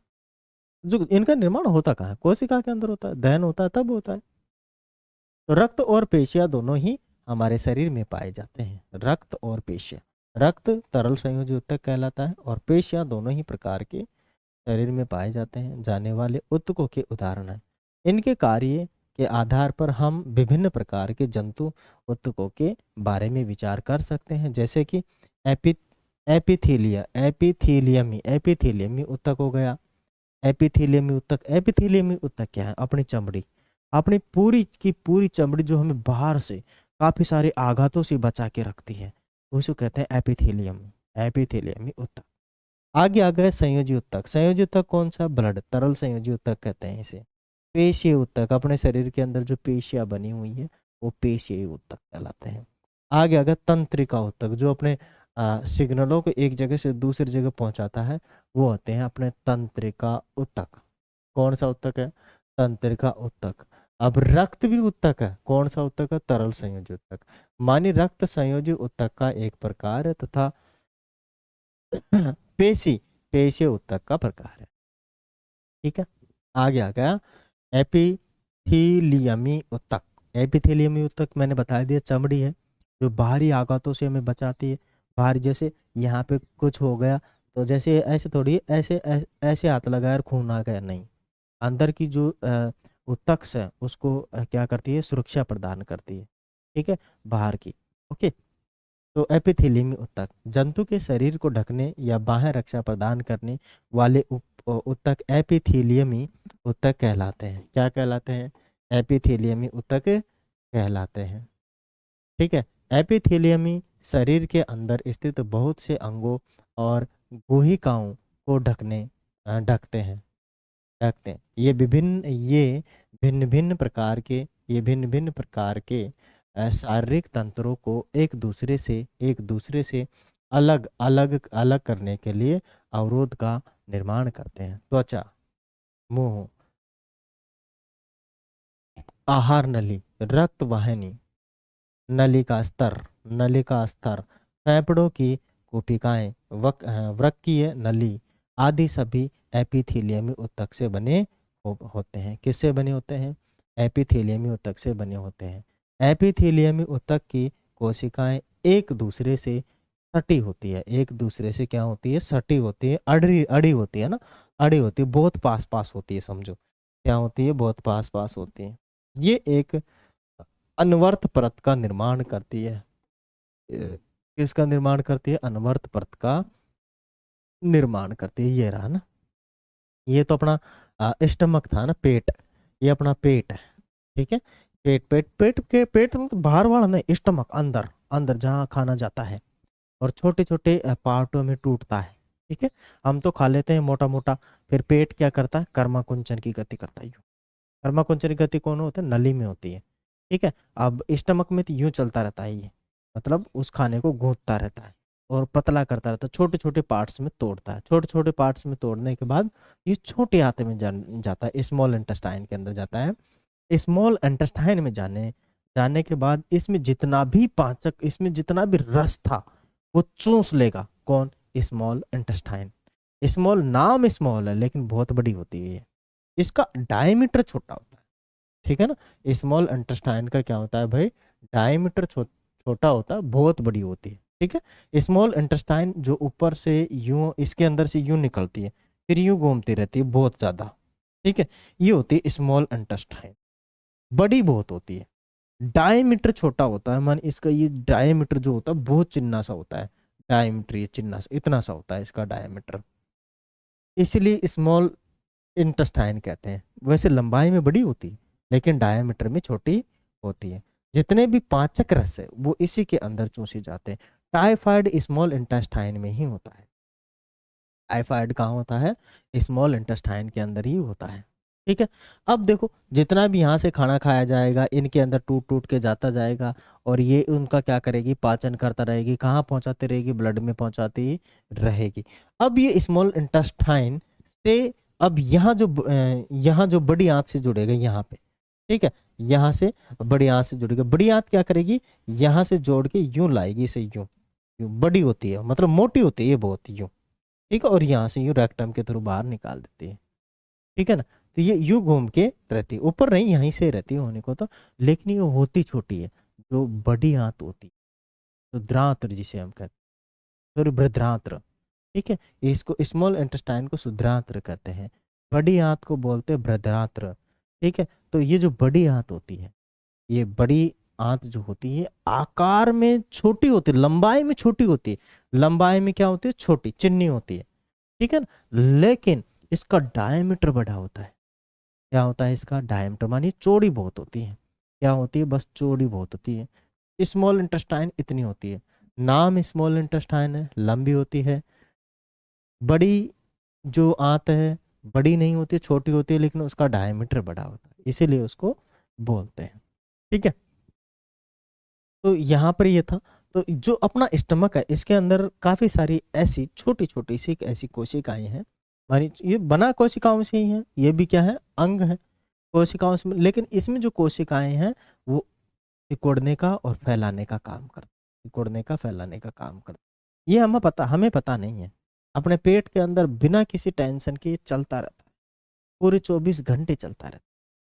क्या, खाना पचना पूरे 24 घंटे चलता रहता है। हमें इस बात का पता नहीं है कि अपने पेट में क्या खाना पच रहा है या नहीं पच रहा है। ठीक है, इसका हमें बिल्कुल भी अता पता नहीं है। अब चलते हैं आगे। आगे यहाँ तक तो देख ही लिया था।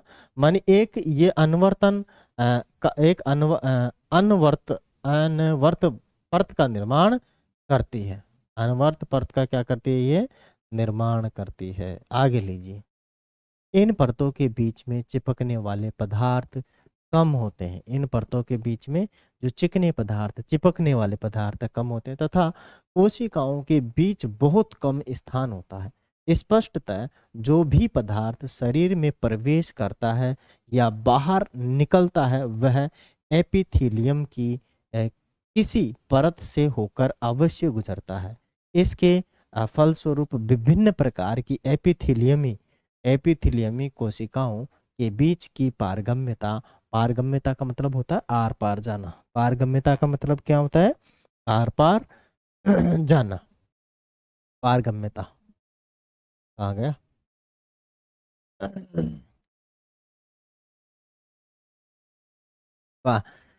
पारगम्यता शरीर और तथा बाहरी वातावरण और शरीर के विभिन्न अंगों के बीच पदार्थों के आदान प्रदान में महत्वपूर्ण भूमिका निभाती है। सामान्यतः सभी एपिथेलियमों को एक बाह्य रेशेदार आधार झिल्ली उसे नीचे रहने वाले ऊतकों से अलग करती है। दर्शाए अनुसार विभिन्न एपिथेलियम की संरचनाएं विभिन्न प्रकार की होती हैं जो उनके कार्यों पर निर्भर करती हैं। उदाहरण के लिए कोशिकाओं में रिक्त नलिका अस्तर या कूपिकाएं, जहां पदार्थों का संवहन वर्णात्मक पारगम्य झिल्ली द्वारा होता है, वहां पर चपटी एपिथीलियमी उत्तक कोशिकाएं होती हैं। इनको सरल सल की एपिथीलियम कहते हैं। ये अधिक पतली और चपटी होती है तथा कोमल अस्तर का निर्माण करती है। आहार नली तथा मुख का प्रस्तर तल की एपिथेलियम से ढका होता है। यह ढका होता है। शरीर का रक्षात्मक कवच तथा त्वचा इन्हीं सल की एपिथेलियमी से बना होता है। त्वचा की एपिथेलियमी कोशिकाएं इनको कटने तथा फटने से बचाने के लिए कई परतों में व्यवस्थित होती हैं। चूँकि ये कई परतों के पैटर्न में व्यवस्थित होती हैं, इसीलिए इन एपिथेलियम को स्तरित सल की एपिथेलियम कहते हैं। यानी अपने शरीर के अंदर जो परत है कई प्रकार से कई परतों में विभाजित होती है, एक सिंगल परत में नहीं होती। ठीक है ना, काफ़ी सारी परतों के अंदर रहती हैं और अलग अलग जो अपना शरीर है उसमें अलग अलग जगह पर अलग अलग प्रकार की एपिथेलियम पाई जाती है, एपिथेलियल पाई जाती है। जहाँ अवशोषण और स्त्राव होता है, ऐसे आंत के भीतरी अस्तर लिनिंग में वहाँ लंबा एपिथेलियमी कोशिकाएं मौजूद होती हैं। यह स्तंभाकार एपिथेलियमी अवरोध को पार करने में सहायता प्रदान करती है। श्वास नली में स्तंभाकार एपिथेलियमी उत्तक में पक्षांभ होते हैं। पक्षांभ का होता है सीलिया होते हैं, जो कि एपिथेलियमी रचनाएं होती हैं। ये पक्षांभ गति कर सकते हैं। क्या कर सकते हैं? पक्षांभ गति कर सकते हैं। ठीक है, क्या कर सकते हैं? पक्षांभ। इधर देखो, ये जो परत है इनकी लेयर्स दे रखी हैं। कौन कौन सी लेयर्स जो है, ठीक है, ज़्यादा मोटी है उसका नाम क्या है, पतली है उसका नाम क्या है। यहाँ से देखो काफ़ी पतली है तो ये सल की है, सल की इपिथेलियल बोलते हैं। सल की ये अपने चेहरे पर पाई जाती है, बहुत पतली होती है ना, ये अपने चेहरे पर पाई जाती है सल की। फिर आगे आपकी घनाकार मन थोड़ी सी मोटी हो गई तो ये है। फिर हो गए पक्षांभ भी हो गया, पक्षांभ भी होता थोड़ी सी मोटी होती है और बहुत ज़्यादा होती है अस्त्री मोटी, माने अस्त्री सल की होती है। तो ये अलग अलग जैसे अपने पेट पर पाई जाती है ये वाली, ठीक है ना, क्योंकि यहाँ बहुत मोटी परत की जरूरत होती है। ठीक है, चेहरे पर सल की पाई जाती है। तो अलग अलग जगह पर अलग अलग प्रकार की ये परतें हैं, ये पाई जाती हैं। ठीक है ना, थोड़ा सा ज़्यादा नहीं, 2-3 है अपना भी। आगे चलते हैं इसमें।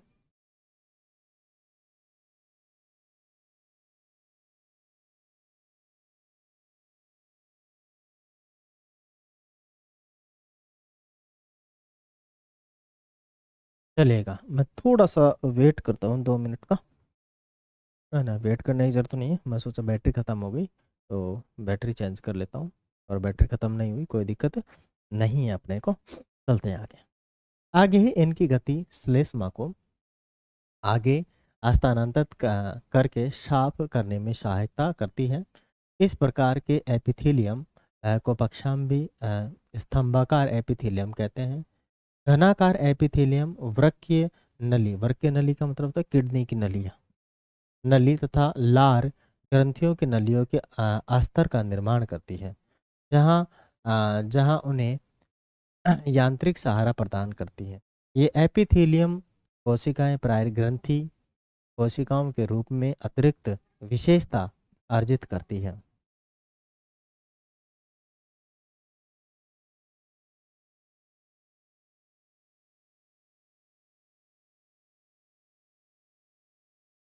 चलिए, ठीक है, अब यहाँ पे जो एपिथेलियमी उत्तक की तरह की सतह पर पदार्थों का स्त्राव कर सकती है, कभी कभी एपिथेलियम ऊतक का कुछ भाग अंदर की ओर मुड़ा हुआ होता है तथा एक बहुकोशिकीय ग्रंथि का निर्माण करता है। यह ग्रंथिल एपिथेलियम कहलाता है। क्या कहलाता है? ग्रंथिल एपिथेलियम कहलाता है। अब आगे आ गया संयोजी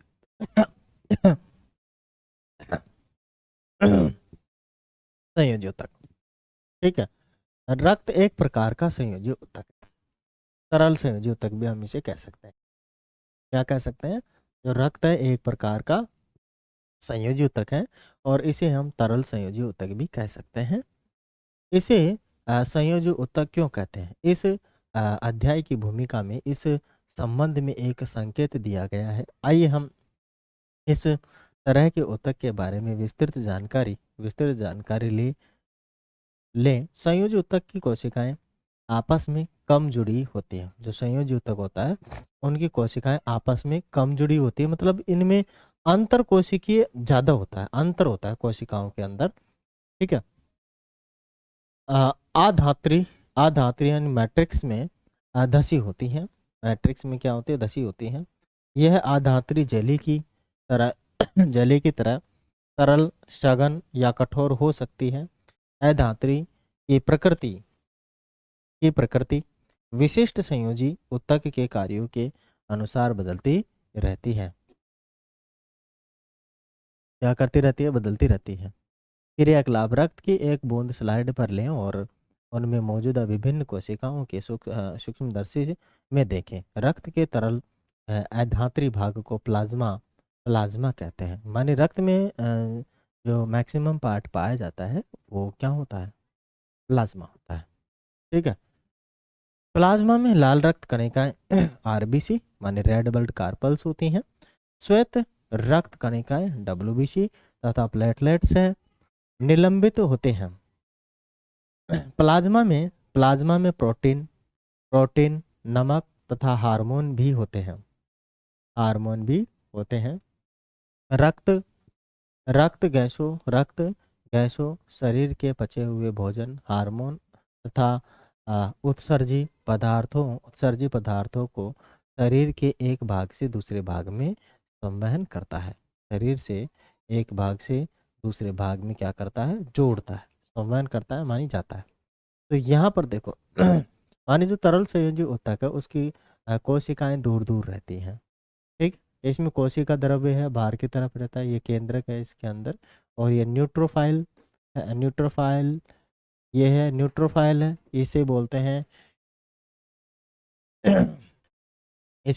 हम इओसिनोफिल और इसका है आपका शारकिंज बेसोफिल। ठीक है, तो ये सब अपने पास है ना। लिम्फोसाइट हो गए, मोनोसाइट और प्लेटलेट्स। ये जो है लिम्फोसाइट है, ये मोनोसाइट है और ये प्लेटलेट्स है। ठीक है, और ये आ गया आपका कौन सा? हैवर्स नलिकाएं हैं। इधर जो ये चल रहा है ये उपास्थ है, माने कंड्रोसाइट काचाब अधात्री है। ये जो भरा हुआ है ये द्रव है। ठीक है, और इसके अंदर ये पट्टिकाएं हैं, कणिकाएं।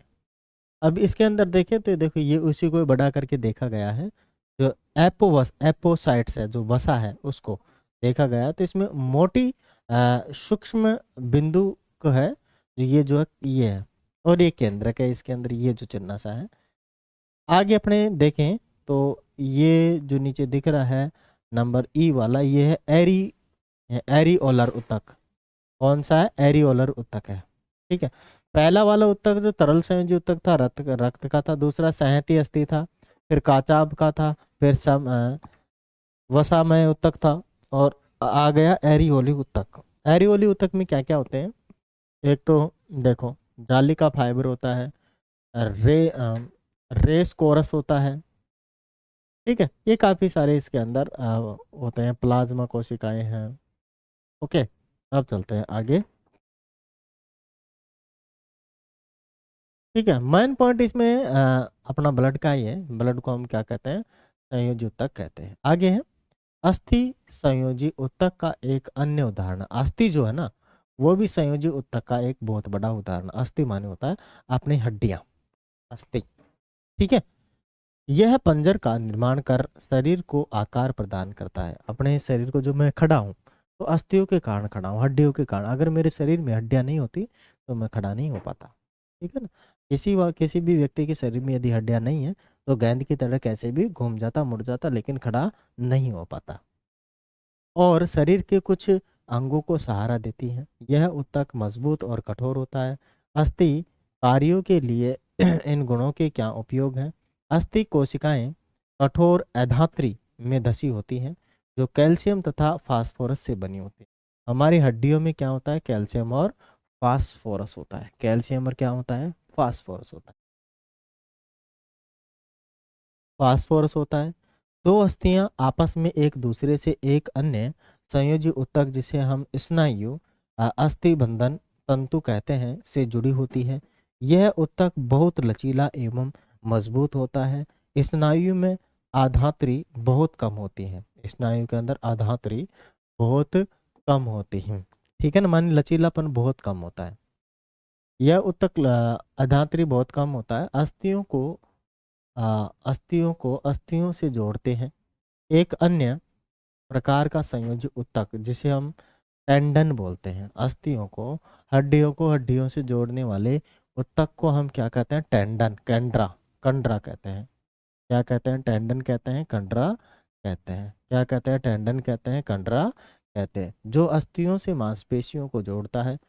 कंडरा मजबूत, माने जो टेंडन है, मजबूत तथा सीमित लचीलेपन वाले रेशेदार ऊतक होते हैं। उपास्थि माने कार्टिलेज। उपास्थि माने होती है कार्टिलेज। कार्टिलेज एक अन्य प्रकार का संयोजी ऊतक है, जिसमें कोशिकाओं के बीच पर्याप्त स्थान होता है। कोशिकाओं के बीच क्या होता है? कोशिकाओं के बीच पर्याप्त स्थान होता है। इसकी कोश आधात्री प्रोटीन और शर्करा की बनी होती है। यह अस्थियों के जोड़ने को अस्थियों के जोड़ों सॉरी अस्थियों को जोड़ों को क्या करता है? चिकना बनाता है। जो कार्टिलेज है अस्थियों के जोड़ों को क्या बनाता है? चिकना। क्या बनाता है? ये चिकना बनाता है, ठीक है। और इन्हीं की कमी के कारण, माने कार्टिलेज की कमी के कारण ही अस्थियां क्या करने लग जाती हैं? दर्द करने लग जाती। जोड़ने का चिकना बनाता है। और अस्थियां नाक, कान और कंठ, श्वास नली में भी उपस्थित होती हैं। हम कान की अस्थियों को मोड़ सकते हैं, परंतु हाथ की अस्थियों को नहीं। सोचिए कि ये दो ऊतक किस प्रकार भिन्न है। एरियोलर संयोजी ऊतक त्वचा और मांसपेशियों के बीच रक्त नलिकाओं के चारों ओर नसों नसों एवं नसों और अस्थि मज्जा में पाया जाता है। यह अंगों के भीतर की खाली जगह, ये खाली जगह को भरता है।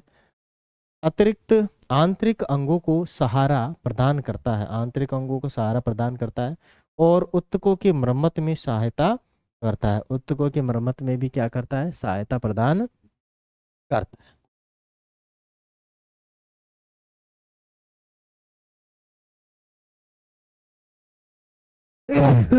सॉरी, छींक ज्यादा ही चल रही है। बीमारी हो गई मेरी छींक की। तो चले आगे। आगे हो गया, हमारे शरीर में वसा कहाँ संचित होती है? वसा का संग्रह करने वाला वसामय ऊतक त्वचा के नीचे आंतरिक अंगों के बीच पाया जाता है। इस ऊतक की कोशिकाएं वसा की गोलिकाओं से भरी होती है। वसा संग्रहित करने वाले ऊष्मीय कुचालक का कार्य भी करते हैं। ऊष्मीय कुचालक का कार्य भी करते हैं। ऊष्मीय का मतलब है कि जो सर्दी लगती है ना, जिनके शरीर जो मोटे हैं, जिनकी चमड़ी मोटी है, उनको सर्दी कम लगती है। सर्दी क्या लगती है? कम। मतलब जो घी बहुत ज़्यादा खाते हैं उनको सर्दी कम लगती है। मैं कम नहीं खाता हूँ तो मेरे को लगती है ना सर्दी, क्योंकि मैं घी नहीं खाता हूँ, बहुत कम खाता हूँ, मैं के बराबर, है ना। जो घी घी खाते हैं उनकी जो चमड़ी है, ये जो चमड़ी है, इस चमड़ी के जस्ट नीचे की जो लेयर है, इस चमड़ी के जस्ट नीचे की जो लेयर है, वो किसकी होती है? वसा की गोलियां बनी रहती है, जो उसके नीचे लगी रहती है पूरे शरीर के अंदर। जो वसा का स्टोरेज यही है। वसा कहाँ होती है, जो घी खाते हो आप लोग, वो यहीं स्टोर होता है। और जब आप फास्ट करते हैं, व्रत करते हैं, ठीक है ना, तो व्रत के टाइम पे जो एनर्जी मिलती है वसा से ही मिलती है, टूट टूट के क्या एनर्जी में तब्दील होती जाती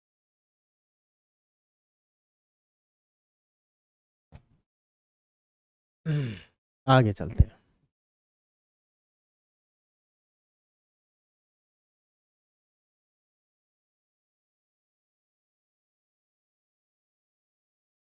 आगे आ गया आपका पेशीय उत्तक। ठीक है, कौन सा उत्तक आ गया भाई, पेशीय उत्तक। पेशीय उत्तक लंबी कोशिकाओं का बना होता है, जिसे पेशीय रेशा मानी मसल्स फाइबर भी कहा जाता है। यह हमारे शरीर में गति के लिए उत्तरदायी है। पेशियों में एक विशेष प्रकार की प्रोटीन होती है, जिसे जिसे सिकुड़ने वाला प्रोटीन कहते हैं। माने पेशियों के अंदर एक प्रोटीन पाई जाती है जिसे हम सिकुड़ने वाला प्रोटीन भी कहते हैं, जिसके संकुचन एवं प्रसारण के कारण गति उत्पन्न होती है, गति बनती है। ठीक है, आगे लीजिए। कुछ पेशियों की हम इच्छा अनुसार गति करा सकते हैं, कुछ पेशियों की हम इच्छा अनुसार गति करा सकते हैं। 1 मिनट भाई, मैं चेंज कर लेता हूँ बैटरी।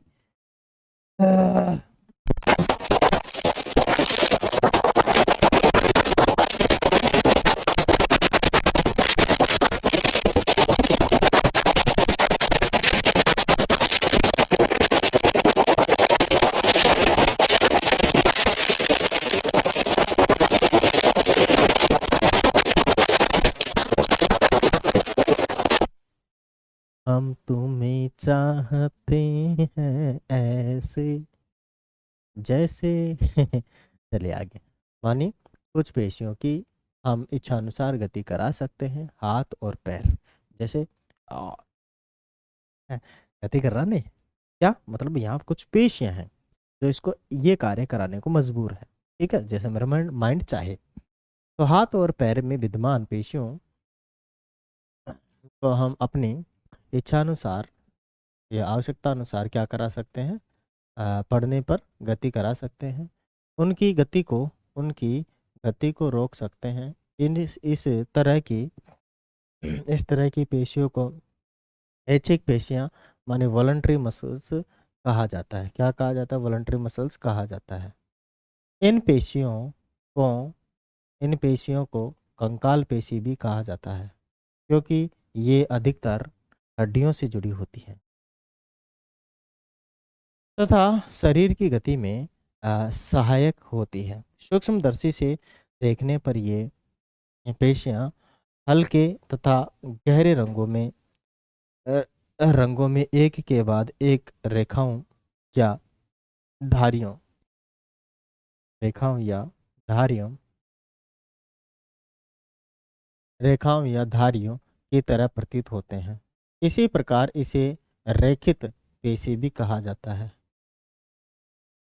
इस ऊतक की कोशिकाएं लंबी, बेलनाकार, शाखित और बहुनाभीय होती हैं। आहार नली में भोजन का प्रवाह, रक्त नलिका का प्रसार, संकुचन जैसे गतियां ऐच्छिक नहीं है। ठीक है, क्या नहीं है, ऐच्छिक नहीं है। इन गतिविधियों को हम स्वयं संचालित नहीं कर सकते हैं। ठीक है ना, मानिए जैसे कुछ एक नलियाँ हैं जिनके अंदर ऑटोमेटिक गति चलती है, कर्माकुंज। जैसे हमने खाना खा लिया, खाना खाने के बाद अपने कभी कभार गले में अटक जाती है। अगर अपनी इच्छा होती है तो अरे नीचे उतर हम उतार लेते हैं, अगर अपने हिसाब से इसमें गति होती तो जो आहार जो हम खाते हैं, तो मुंह से यहाँ तक जाने तक हम पहुंचा देते हैं नंगल के, लेकिन यहाँ अटक जाता तो फिर पानी पीते हैं।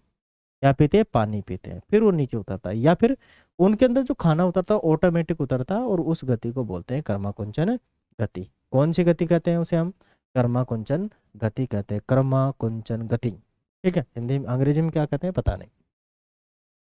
अर्थात हम इन गतियों को इच्छानुसार प्रारंभ या बंद नहीं कर सकते। चिकनी पेशियां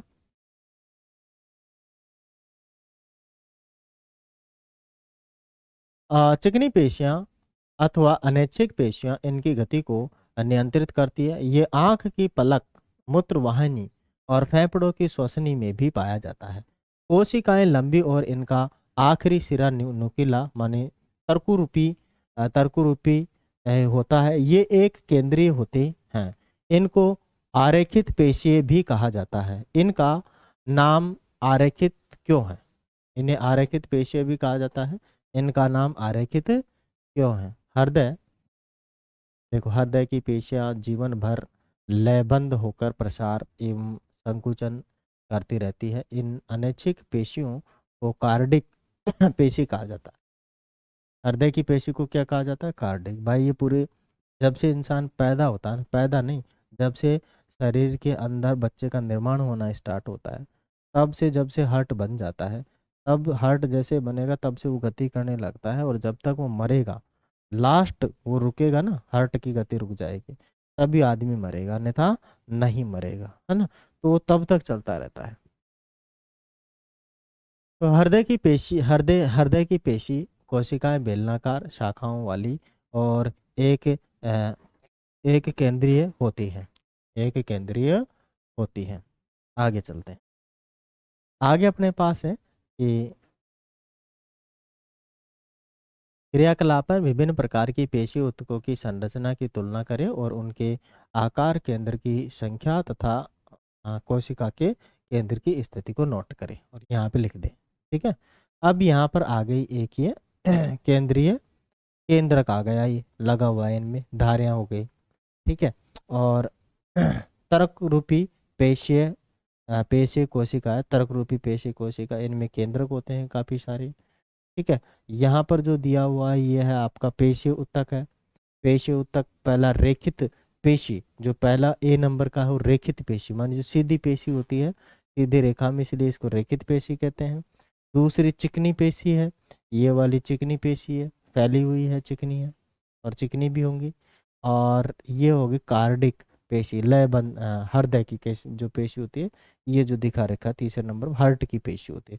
कार्डिक होती है, कार्डिक इसी बोलते हैं हार्ट के, हार्ट, क्योंकि हृदय को कार्डिक कहते हैं, हार्ट को क्या कहते हैं? कार्डिक कहते हैं। ठीक है ना, इसीलिए इस पेशी को कार्डिक पेशी भी कहा जाता है। ये पूरा जीवन भर चलती रहती है। क्या करती रहती है भाई? पूरे जीवन भर चलती रहती है, जीवन भर चलती रहती है। अब आगे आ गया अपने पास तंत्रिका ऊतक। ठीक है भाई, तंत्रिका कोशिका जो है वो काफी सारी तंत्रिका कोशिकाओं से मिलकर जिस ऊतक का निर्माण होता है उसे तंत्रिका ऊतक कहते हैं। ठीक है। और ये सूचना का प्रसारण एक जगह से दूसरी जगह पे करता है, काफी सारी सूचनाओं को ले जाने का। मानी सभी कोशिकाओं में उत्तेजना के अनुकूल प्रतिक्रिया करने की क्षमता होती है। यद्यपि तंत्रिका ऊतक की कोशिकाएं बहुत शीघ्र उत्तेजित होती हैं और इस उत्तेजना को बहुत ही शीघ्र ही पूरे शरीर में एक स्थान से दूसरे स्थान तक पहुंचाती है। मस्तिष्क मेरुरज्जु तथा तंत्रिकाएं सभी तंत्रिका ऊतकों की बनी होती हैं। तंत्रिका ऊतक की कोशिकाओं को तंत्रिका कोशिकाएं या न्यूरॉन कहा जाता है। न्यूरॉन में कोशिकाएं केंद्रक तथा कोशिका द्रव्य मानी साइटोप्लाज्म होते हैं। इससे लंबे लंबे पतले बालों जैसी शाखाएं निकली होती है। चित्र में आगे हम देखेंगे इसको। प्राय प्रत्येक न्यूरॉन में इस तरह का एक लंबा प्रवर्ध होता है। न्यूरॉन का मतलब होता है तंत्रिका कोशिका, जिसका एक्सोन, जिसे हम क्या कहते हैं? एक्सोन कहते हैं, तथा बहुत सारे छोटे शाखित वाले प्रवर्ध माने डेंड्रोइड्स होते हैं। एक तंत्रिका कोशिका 1 मीटर तक लंबी हो सकती है। एक तंत्रिका कोशिका 1 मीटर तक लंबी हो सकती है। बहुत सारे तंत्रिका रेशे संयोजी ऊतक के द्वारा एक साथ मिलकर एक तंत्रिका का निर्माण करते हैं। ये है आपका पूरा का पूरा तंत्रिका कोशिका। ये जो दिखाई रखा है ये वाला, यहाँ एक केंद्रक होता है, ये जो छोटे छोटे निकले होते हैं डेंड्रोइड्स होते हैं। यहाँ दो इनको जोड़ने वाला जो जॉइंट होता है उसे तंत्रिकाक्ष कहते हैं। और ये कोशिका काय होता है, बाहर जो इसका पार्ट रहता है। ठीक है। ये जो इधर वाले हैं ये डेंड्रोइड्स हैं, ये दूसरे वाले कोशिका से जुड़ते हैं। दूसरी वाली तंत्रिका कोशिका से जुड़ते हैं। न्यूरॉन तंत्रिका तंत्र है, ठीक है, न्यूरॉन तंत्रिका तंत्र। तंत्रिका रेशों से गुजरने वाले संवेदनाओं को तंत्रिका स्पंदन कर कहते हैं। क्या कहते हैं? तंत्रिका स्पंदन कहते हैं। तंत्रिका का स्पंदन हमें इच्छानुसार अपनी पेशियों की गति करने में सहायता करता है। तंत्रिका तथा पेशीय ऊतकों का कार्यात्मक संयोजन प्राय सभी जीवों में मौलिक है। साथ ही यह संयोजन उत्तेजना के अनुसार जंतुओं को गति प्रदान करता है। उत्तेजना के अनुसार क्या करता है? गति प्रदान करता है। ये हो चुका है अपना ये चैप्टर भी फिनिश, ठीक है ना।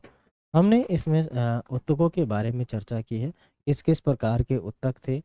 क्योंकि पहला जो चैप्टर था कोशिकाओं था, कोशिका का था, जिसमें कोशिकाओं से मिलकर कोशिका के ग्रुप्स को ही ऊतक कहते हैं।